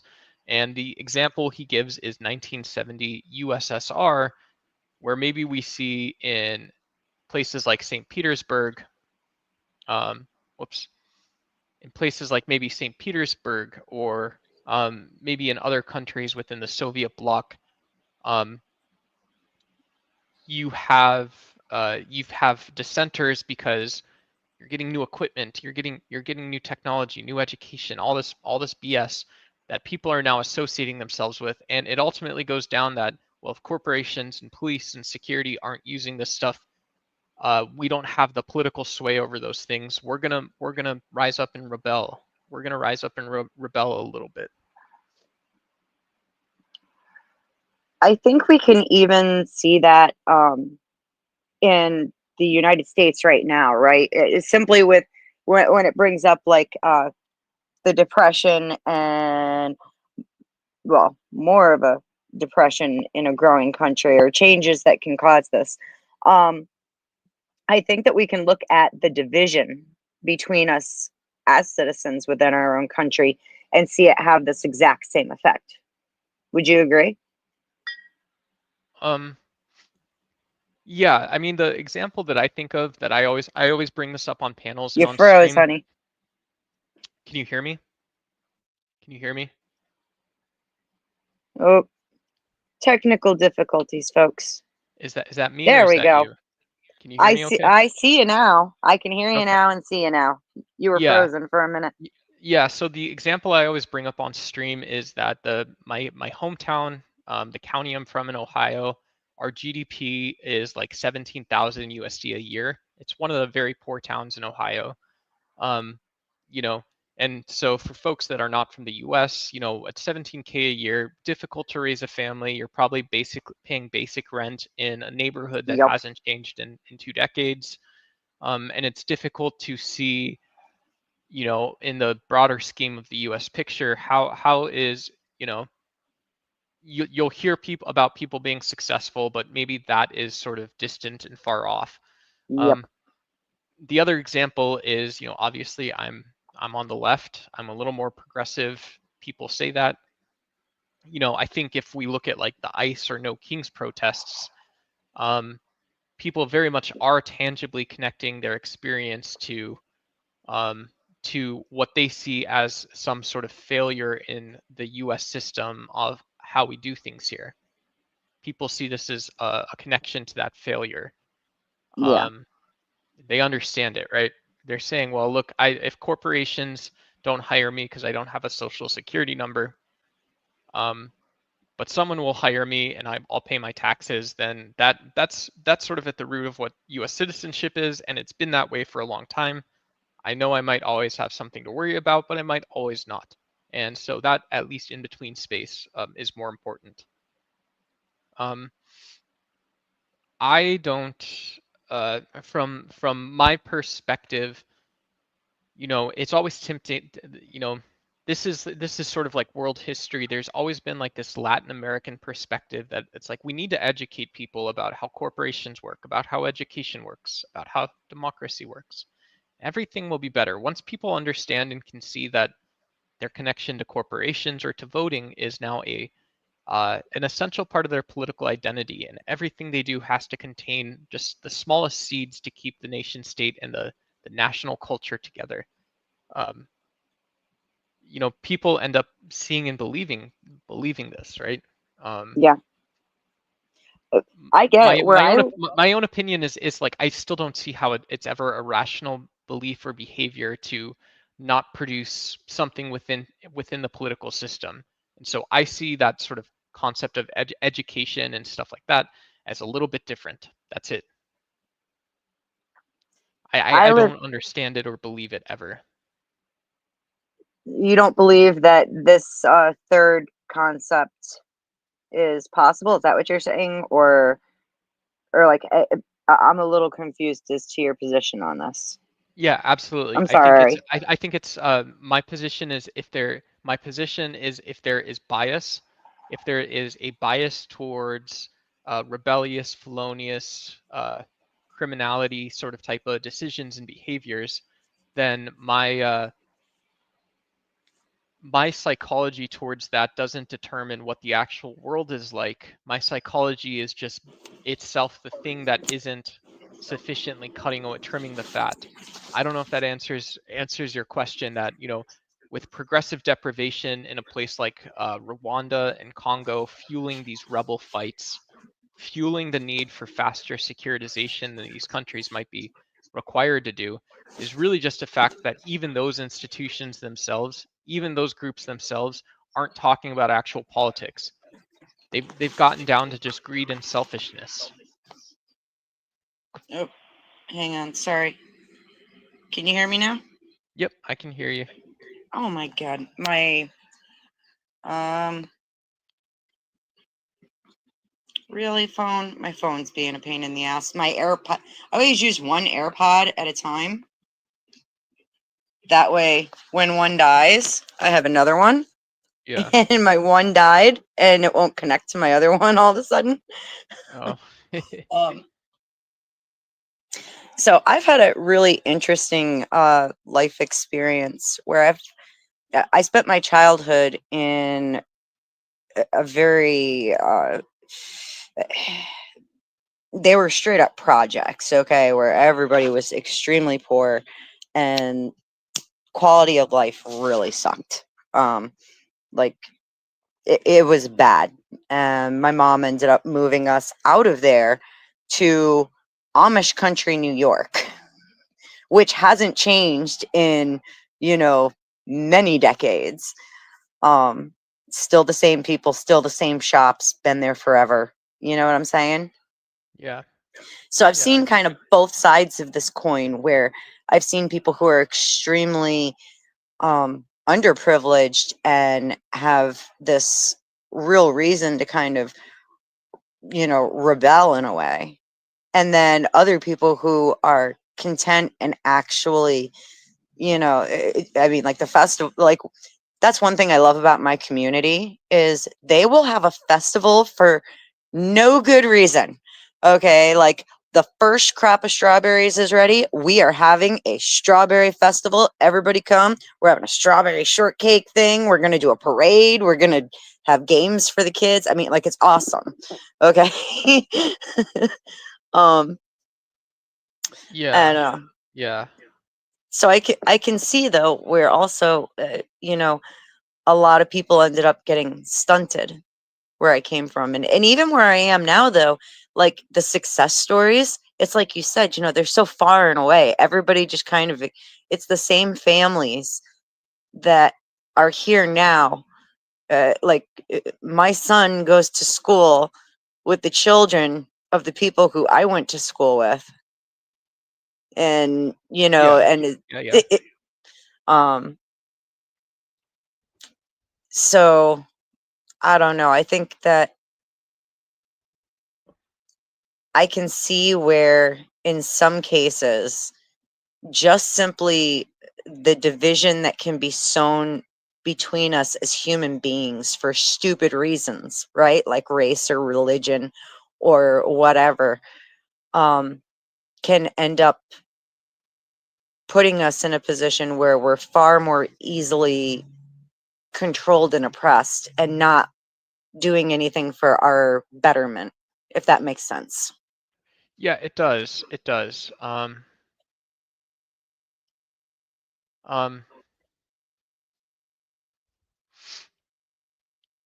yeah. I mean, I think, I think to me, when I think of like a really poor town and people having to have that sort of drive to be an Ubermensch is what like Friedrich Nietzsche said, is that like, well, look, even if you don't see the context, you create your own context in the moment.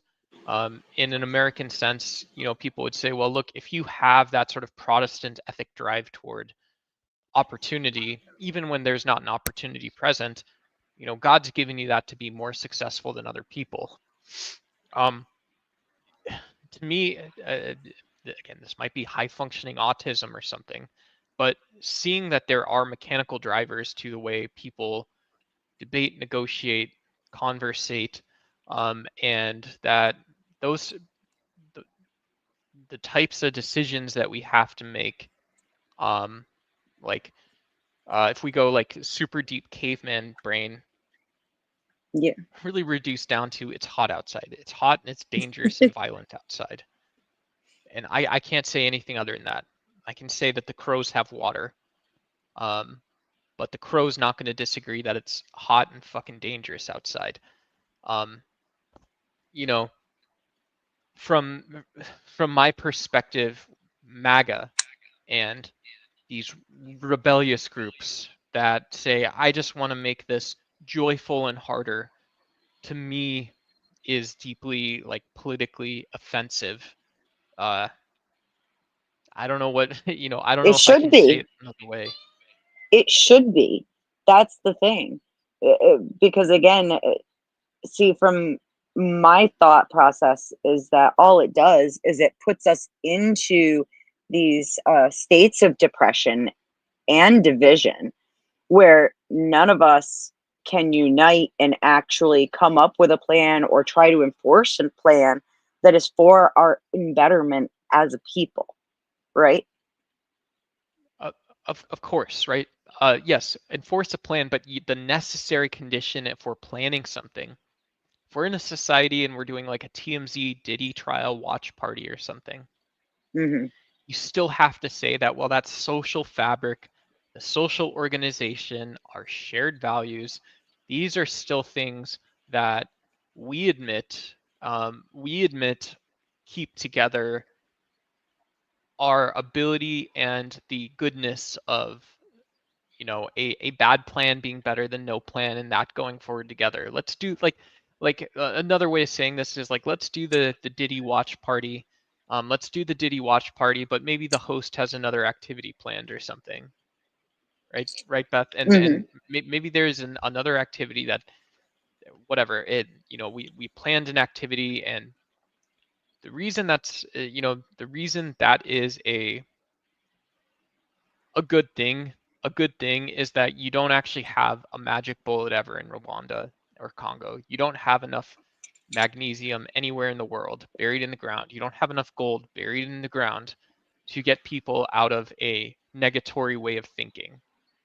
A negatory way of thinking. Okay. And it's not even, it's at the end of the day, it's about physics, right? It's about the science of Yeah. economics. At the end of the day, it's about the science of government. This is kind of, I brought up Kenya not that long ago. The reason I don't believe Donald Trump right now, the reason I don't believe there's transparency coming from the White House is, why isn't China and the US providing this umbrella for these groups to see a viable path back to reintegrate into government and society? Why don't they see Exactly. this as a power sucking play?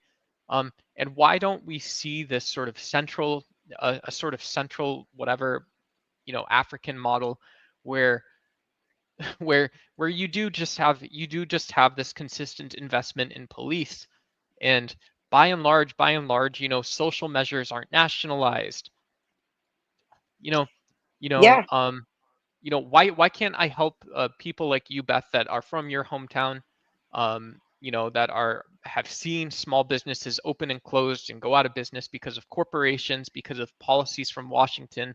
Why can't I just give you that hand up that you need right now versus having to call it a handout?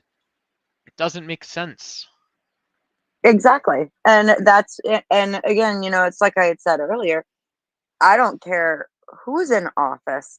We're never going to get the right story, right? We're never going to get the full story. And when it comes to places like Kenya and these places where we have these issues with these rebels and they're very unstable areas where we have invested in resources there is an idea where the instability works to our benefit, right? And I think that we're run by people who are so out of touch with humanity, like you and I mean, we're very empathetic people. um the truth is, when you look at the higher ups, the which one is it here, the value expectation, or no, it's the thing about, men will strive for more than um they need, more than they actually even want, the power plays. Those are the people who end up at the top, and they're always going to do what's to their best interest. And as long as we as a nation are busy fighting with each other, we can't hold them accountable. And as long as the rebels are causing problems over there and making it unstable, it almost makes it cheaper for them to get the resources because now they have a bargaining chip. Just the simple act of we can come over and provide protection for the miners Yeah. makes, that So accommodates part of the cost of the resource, right? this is like giving me the chills and tingles a little bit because I just added this question into the document. Um, and like this is why I think some people say that democratic intervention has worked in the past. Why we do see countries going more fully fledged into democracies more quickly. Um, because if you and I, maybe we deeply disagree, and I think you and I we could debate and disagree on things respectfully. You're Yeah. one of the few hosts, judges, and debaters in the Oh, debate sphere, in the blood sport debate sphere. that that is good faith all the time. I But if you and I, appreciate that. yeah, I can't say enough about Beth. Also, if you want to drop your channel or Anson's channel, Oh, wherever people can oh, find you you in the haven't chat. heard. No. Anson nuked the channel. Oh, he did? Yeah, Oh, shoot. I am officially a nomad. You're a nomad. I Well, am a nomad, and that's cool. That's cool. yeah. He Yeah. he needs some time off, and I hope that he enjoys the time off and has a beautiful summer with his kids. He Yeah, really that's good. should. Good for him. I'm hoping hopefully he sticks around. And just for chat, Anson is he's a he's an online, he's an atheist. He had former political ambitions. He's been a Randian objectivist. He's a very smart, very kind person. He's great at either, kind of taking that libertarian side. He's also great at hearing arguments on both sides. So I hope we still get to Yes. see lots of Anson on Grid One's channel. Yeah, but you and I will have to I'm talk in Discord. Maybe we can do some stuff in the future. Um, you know, sure. Absolutely. And yeah, and yeah, I'm sure he'll be back. And another thing too is he formulated that awesome way of scoring debates that is really intelligent, and like I can't say enough about it. Like it's really impressive how he scores them, and he's very, very fair when it comes down to judging debates. So I yeah, look forward to him yeah. coming back and getting back into things. But in the meantime, I hope he has an awesome summer with his kids, because family should always come first. Hey, what's up, Tony? We've got a. This is the actual judge, someone from Rwanda, or someone with Rwandan heritage. Good to see you. Good to see you. Um, yeah, But we so were. back to your question, I hope I said something intelligent there, because you said you were getting the tingles and the chills a little bit there. So I hope I said something smart. Yeah, you did. I would, I think our ability to kind of wade through Robert Gurr's original supposition. Let me put this back up on screen. About rebel groups, and we talked about M23 as well as the FDLR a little bit. So a lot of stuff in Congo and Rwanda. Um, that Robert Gurr talking about why you see these non-state groups form. Men are quick to aspire beyond their social means and quick to anger when those means prove inadequate, but they're slow to accept their limitations. Um, and so, I think when the context, right, the context and the ground we covered ranges from Ohio to the USSR, small Yeah. towns in the Bible Belt in the US, to um, countries in the Sahel and Central Africa. Even Um, projects here. I mean, like I said, I grew up right outside of Providence, Rhode yeah, Island. So that yeah, that used to be like the gangster capital way back in the day, man. It was an interesting place in the 90s for sure. Um, yeah, I think we and can see where I know that we're like associating this idea. You wanted to start yeah, it off looking at these rebel groups. I think that we can look at our own country and see where that exact principle it has made it to the top and is pulling the strings. So these little uh, fractions in different places, these rebel groups, and you'll find them all over South America too. That's just the same thing on a minor scale, right? At least our government, well, for the best of our knowledge, I mean, at least they're not walking. Well, I don't know. Are they walking around with, like automatic um, punishment tools? yeah. Right now, ice definitely is. Yeah, Ice yeah. definitely is. You had, there's stories like Pinochet in South America. Um, uh, Outside of that historical context and the historical context that's created during a conflict, um, you know, um,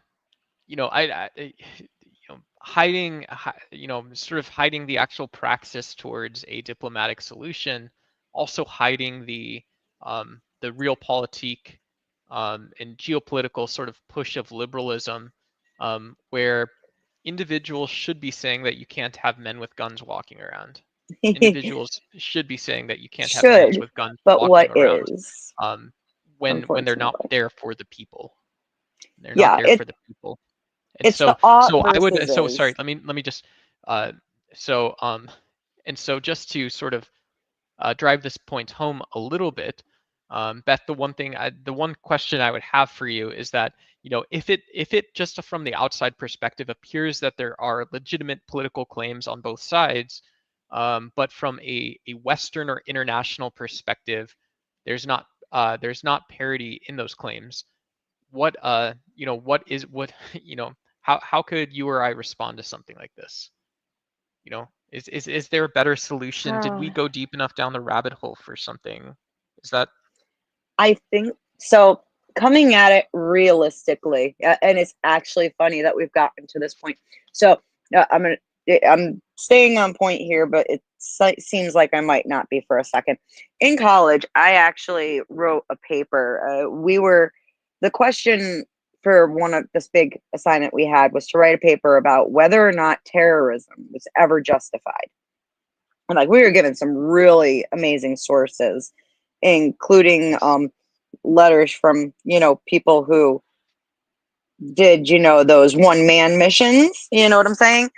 And I ended up changing mine up and said, how could we ever even comment on the topic, since we as a nation are founded on those very principles and practice those principles are, we're guilty of it, so how can we say anything, right? So I think that looking at this realistically, um, uh, before we honestly, I couldn't even begin to give a prescription, because I think we as a society have lived under the same exact problem for so long, it's just become commonplace. And it's commonplace to the point that we don't always see it until like ICE agents are running around. You know what I'm saying? Yep. I hope that makes sense. And, you know, Yep. Yeah. Yeah. Yeah. if we I can't fix it in our own country, how could we make a prescription for another? Yeah, absolutely. We see politicians, I think, talking about this for the international context and political context is keep the pressure on, keep the pressure on, and this should help people. This should help the relevant leaders and government bodies and the relevant actors see that there is a better way to have the conversation that may not even be based in conflict. This is perhaps what Sure. Donald Trump and his administration is pushing for. Skeptics like me would say, well, do you actually trust that this is what Trump has been doing after he's been so aggressive in our own country? He's been so in favor of aggressive military action. Um, he has said in so much by not providing defensive capabilities in the Ukraine that he is willing to endure a more severe and violent war there. He said he's willing to get involved in a conflict which you and I may disagree on, but I would say most people have to admit Iran has had nothing to do with the Palestinian and Israeli conflict. They've I had agree with nothing that. to do in the first place, and so you don't have offensive military actions resolving this. Um, I'm just basically venting, Beth. I want to No, talk you're about great. Diddy You're again, great. dude. Uh, I uh, real, no, like, real do you quick know what I'm before saying? we move to Yeah. Diddy, real quick. I think that, like I had said before, man, regardless of whoever is in office, I think that whatever decisions they are making, like whether it would be Donald Trump, Barack Obama, Joe Biden, I don't care who, their decisions are being bought and paid for, and it will always benefit those who paid for it first.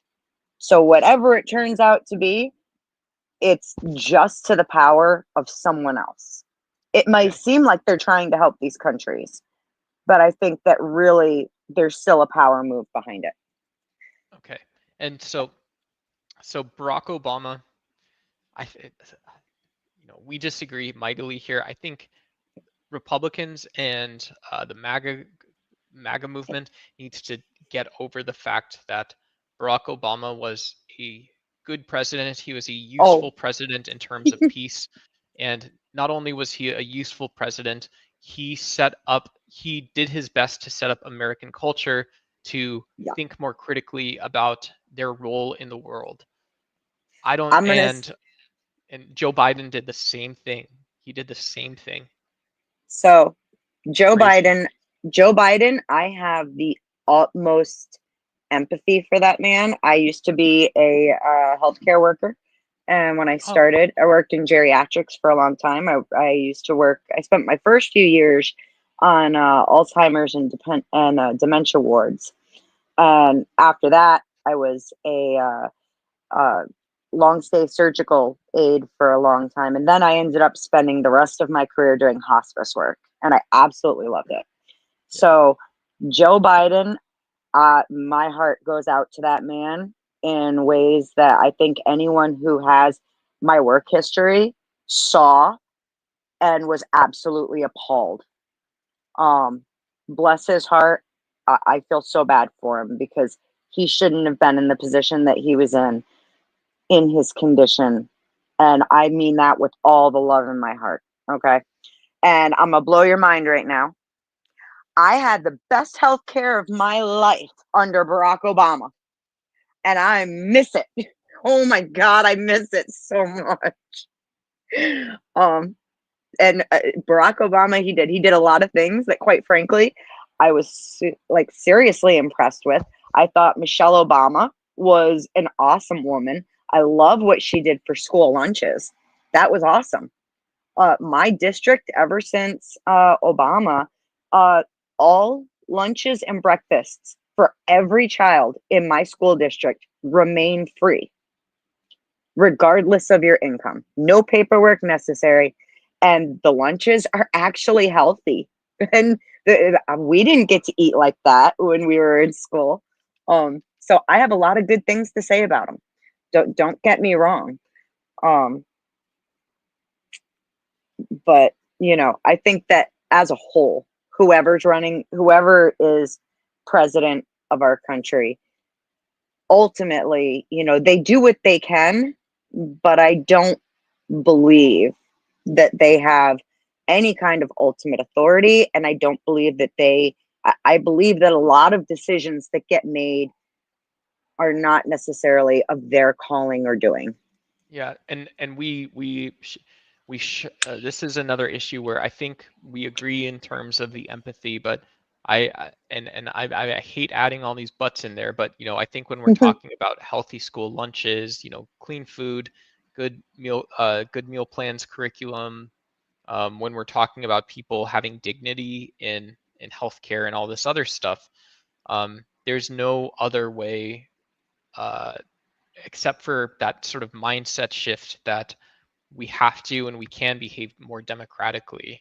I We agree might with not you. be disagreeing. Yeah, we might not be disagreeing like super deeply about government and politics. That one's, and I'll be completely transparent, trying to be good faith. That one's really difficult for me to understand. Um, um, yeah, it's really hard for me to get over under, this belief that even as a political science major, that, political choices aren't somewhat nihilistic, that people don't sort of self-guide as like this intelligent machine, but it's really, really weird. Really weird. Yeah, I definitely struggle with politics, and that's why I tend to kind of stay in my own lane. Not only that, but I have a lot of unpopular opinions and tend to be kind of middle of the road on a lot of stuff, right? Because, like I said, I got a lot of great things to say about Obama, and I also, I mean, when Trump first got elected the first time, um, I was very skeptical. And actually, while I was traveling, it was right after he got elected, and I was asking people in other countries what they thought about it. And I found that I could appreciate the fact that we needed his style to kind of make our country seem strong again. So there was a utility to him. even in his first term. At least that's what I came to think. However, Yeah. when it comes down to politics, yeah, man, I tend to be more middle of the road. And honestly, when it comes down to like healthcare, like we started off talking, Israel has a basic universal care for all of their citizens, right? You Yep. can Yep. purchase better insurance to go on top of it, like a secondary, but everyone is entitled to a basic insurance across the board. And Yeah. like, I don't know why we don't have this yet. I really don't. Yeah. Um, yeah. We we probably should. We should give people a I 100% agree that we should give people a simple way to live. I don't know Yeah, why it's that controversial. I know. I believe that if people had a simple way to live and the politics around it, and I don't think that that's democratic socialism necessarily. I don't think that you can, you know, New York elects some guy that wants to open grocery stores, then it's like, okay, now we're having a conversation. Now we're talking, um, which Yeah. is usually when my duck brain checks out around that time. To be completely honest, I'm sorry. Yeah. No, you are so good, sweetie. I appreciate your views and your opinions. I really do, and I enjoy listening to you because you are a political science major. Me, no way. I was far more of like a history and literature girl, and then went into healthcare. So, you know, um, Yeah, but so I appreciate your opinions on things. Did let's you want to talk about Diddy? Because boy, I got a mouthful about Diddy. I don't know. Maybe we can, Beth, if you maybe we can do like a mobile stream. I get more viewers there. I don't think it makes sense to do, just from my opinion, I don't think it makes sense to do Diddy when we I appreciate the folks that have stuck around in the audience. I don't know if it makes sense to do Diddy. And one person just joins when we mention the name, but um how about that? Is that how that Sure. works? We can say the Pdiddy trial, and we've got folks hopping in from the algorithm already, hopping in. But I have no clue. I'm good for whatever. You should. Beth, let's let the audience. Beth, if you have lots of ideas and thoughts, if you have a monologue, soliloquy, let's uh let's get this all out right now.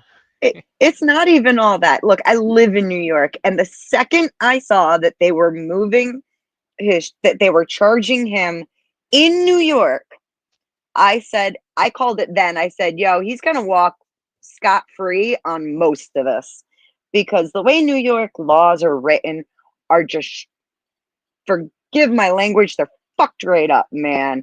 This place does not protect victims whatsoever.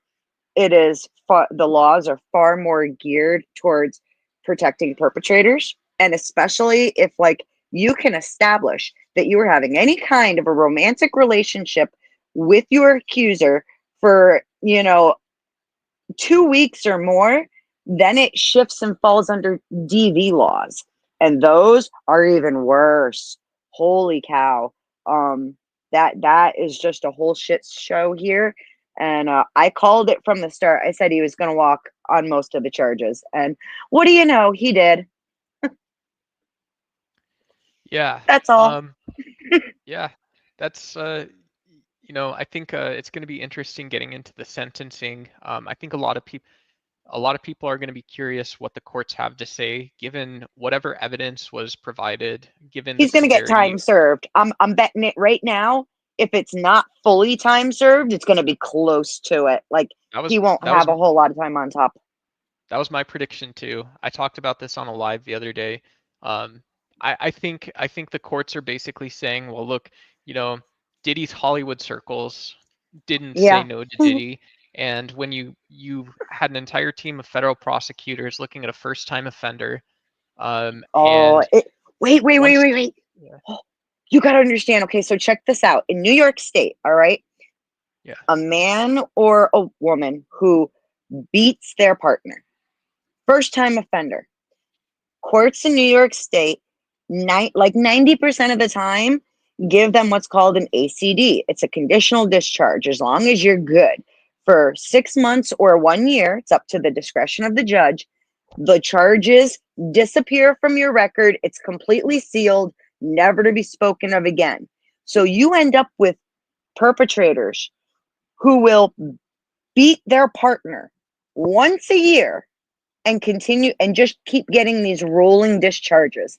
And as long as they make it past whatever the timeline was set for the ACD on the last one, that last one is gone. And the court doesn't even know about it when they give them the next ACD. That's how it works in New York. It's disgusting.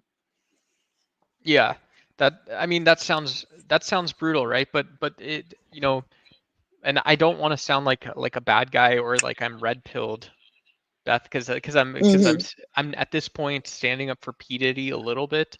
I don't want to sound like I'm red pilled Yeah, no, because he is a guy that hired underage sex workers. It sounds like. yeah, Um, but if the court said, well, look, basically Diddy called a car for a party, at this point, yeah, you know, given the context, given precedent, given that he wasn't part of some grand conspiracy, they said this was a really shady guy who probably should have been blacklisted from Hollywood. If I'm a judge, I'm saying, you shouldn't have had business partners. You shouldn't have been planning these freak off parties. You shouldn't have been getting into business like this. But when you have a victim and you're trying to find someone culpable for the pain and suffering and their rights being taken away, um, I don't think the federal prosecutors proved that Diddy was that person. I don't believe he's the yeah. last man holding a bag. That's Yeah, it. no. And of course, yeah, there's a lot more people that are and were involved. This is not something that's new to Hollywood. We saw it with R. Kelly, for crying out loud, right? So, I mean, and then it comes down to, like you said, it's not like any of these people said no to him, or when you go to Oh, a Hollywood party like this, you're kind of expecting there to be something extra in the punch, or at least that's how it seems. The only thing where he might get a good solid, punch in the face would be for the underage victims. Otherwise, yeah, no, I mean, they're going to look at him and say, well, what, you kind of put yourself in that position.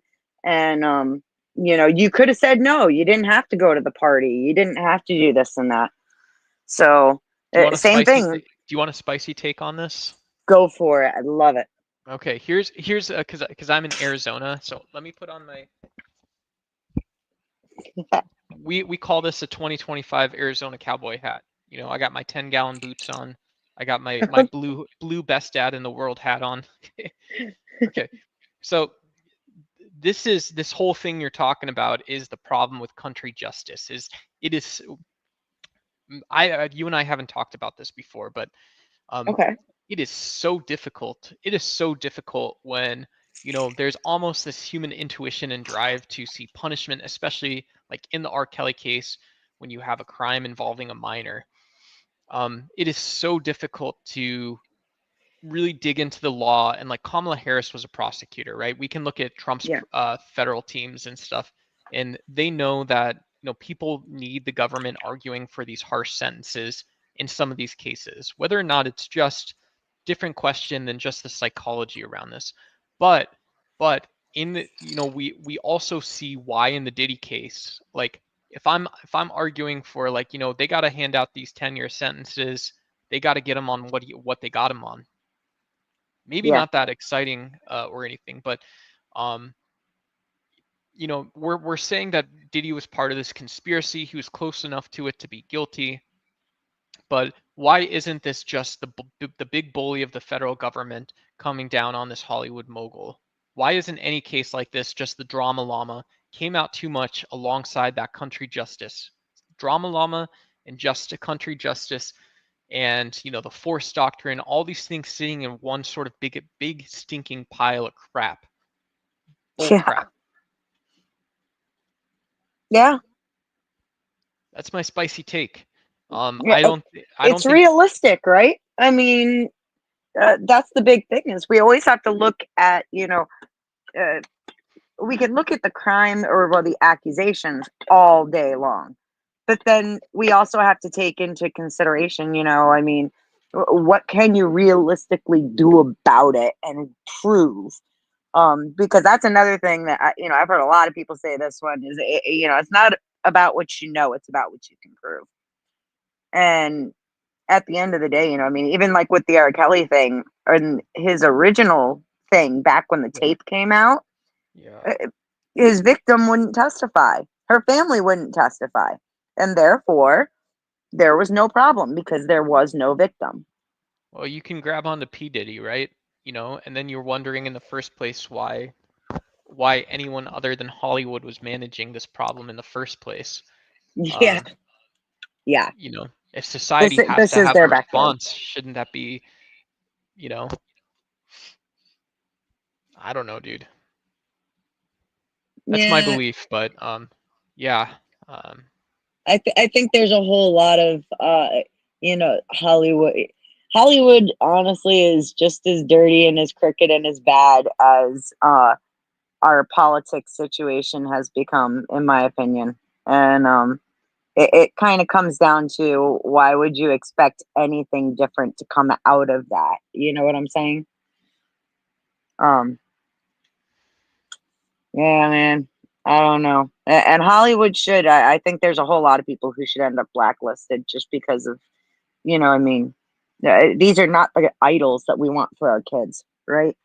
yep. Yeah. But no, yeah, they've got to, sexualize everything. And I mean, you can't even watch music videos or, music award shows anymore. They get way too out there. Even the Super Bowl shows, a lot of them have been just, it's like, come on, guys.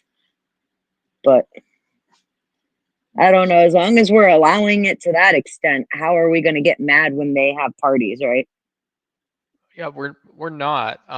We're not. I mean, I don't think there's ever a reason when you're producing media to be consumed by at least 10 million people, right? You don't even get out of bed for something less than an opportunity to make, something that gets on the top 10 charts. Um, it should never be the case that you have copious amounts of alcohol. It should never be the case that you have copious amounts of cocaine or other, drugs. It should never be the case that Yes, you have people not in the industry, right? People not directly invited by someone part of that creation process. It should never be the case that any of this is ever involved. I And agree. it's only once you have some great injustice. Same thing with the Harvey Weinstein case. It's only after you have this undeniable evidence, and it's no longer it can look and feel like, despite there being hundreds or thousands, thousands or tens of thousands of ethical entertainment executives, entertainment providers, talent, people part of the production process, tens of thousands of people in Hollywood committed to just an ethical process. And it's like, well, didn't you look around society in the first place? And now you see why it's the case that you have puritanical views about stage acting. Now you see puritanical views about respecting your production companies. You respect even very silly providers like PBS or CBS. You see small studios doing huge things. You see people doing things the right way. And this is the value. The value isn't ever having the most exciting name, you know, strapped up in lights. You make a consumer product that's going to turn a profit, and Hmm. you can do that consistently and you can fill the other voids and gaps. Then you don't need a P. Diddy. You don't need Yeah. someone dictating how the Hollywood process goes in the first place. There's nothing to look at and blame there. Well, when it comes down to it, the entire idea of our entertainment industry, right? Um, I personally feel that all of it is meant to kind of, uh, it's part of the behavioral modification of our society, from the time our kids are little to, as they grow up, um, they look up to these people. And when you have the media pushing a lot of the topics that they do within their lyrics and within the movies and everything else, how could you not expect society to mimic those that they look up to? So Yeah, I mean uh, that sense of I think it needs morality. an overhaul. Yeah, when I agree 100%. I think when that sense of morality, the sense of purpose, the sense of understanding an audience, maybe playing a little bit around what you can get away with, right? You know, Ariana Grande singing a song about how much money she makes, how much money she has. Um, you know, these are things that to me, you know, and don't get me wrong, like I'm a millennial. I love Little John and the East Side Boys. I love Oh, D12, Eminem, 50 your Cent. internet went funky again. There we go. Oh, can you hear me? Yeah, I loved 50 Cent. I love D12. I loved all these people. Um, these were all like great musical artists, right? In my opinion. Um, in my opinion, you know, you don't have you know, you don't have an entertainment experience without cutting on the edges a little bit. But where do you draw the line? Where does that break to the point where you have honest to goodness predators operating in Hollywood and they don't even see it that way?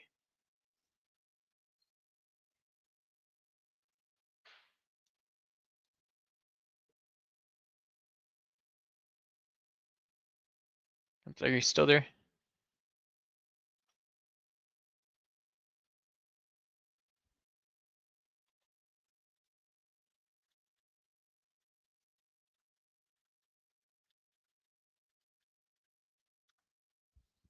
Oops. Oh, there goes Beth. Well, that's it, folks. I think that's it for the day. Thank you, everyone who stuck around. I'm gonna work on this Notion site too. I would love to, you know, who knows, maybe we do a live stream to present the Notion site data. Maybe we do another live stream to put it together or something. Yeah, I got all these ideas in my head. I want to stay a little bit engaged, just where my head's at. I want to stay a little bit engaged with that sort of academic brain food mindset. I want to be able to cut through the core of the issues, and I also want to be able to present information in a way that's useful and accurate. And you guys make it all possible. You folks make it all possible. Um, you know, um, yeah. At the end of the day, you know, when we see these really sort of deep cut, you know, truly what I would say very important questions about how different societies operate. You know, the types of questions that we can ask our politicians around this stuff.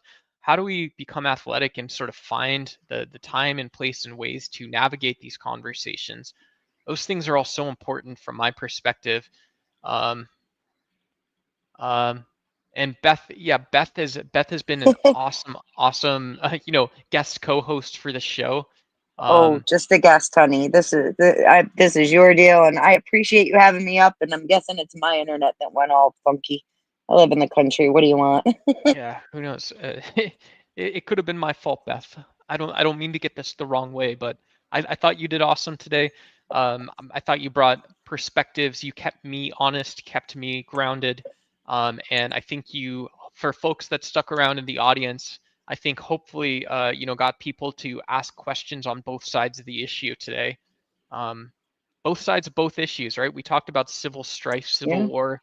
We talked about nation state level diplomacy, and we talked about P. Diddy. yeah. I really do. I appreciate you having me up. I always enjoy talking to you, even though we don't agree on everything and we come from kind of different backgrounds. Like seriously, uh, I always have fabulous conversation with you. You're always very respectful, and I hope that you find me as equally respectful as you are, because Yeah, and you're a good dude. thank you. I'll just say too, I was sort of expecting when I put Diddy in the title, um, I thought maybe one or two of the, you know, panel bunnies or whatever people call them, the sort of disrespectful terms that people when we talk about the panel verse or whatever it is.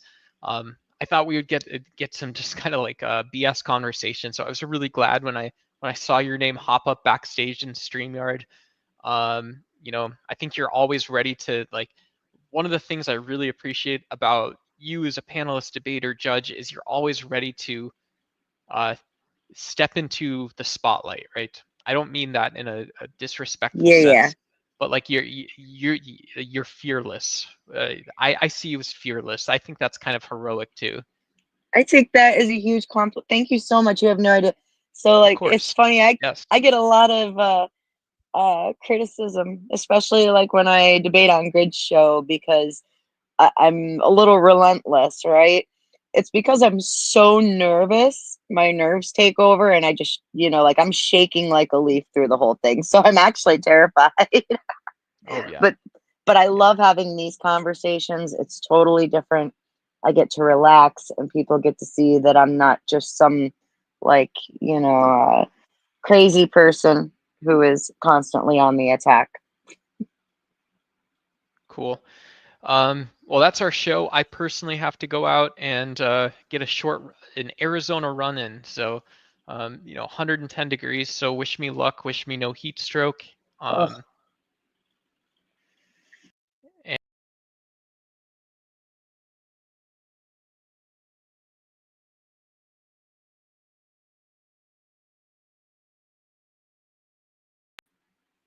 yeah, unless anyone else has anything to say, um, Beth, what do you think? Is that the show? I guess it is, sir. It's your call, and again, I appreciate you having me up. You're awesome, and I hope we get to try it again soon. Cool.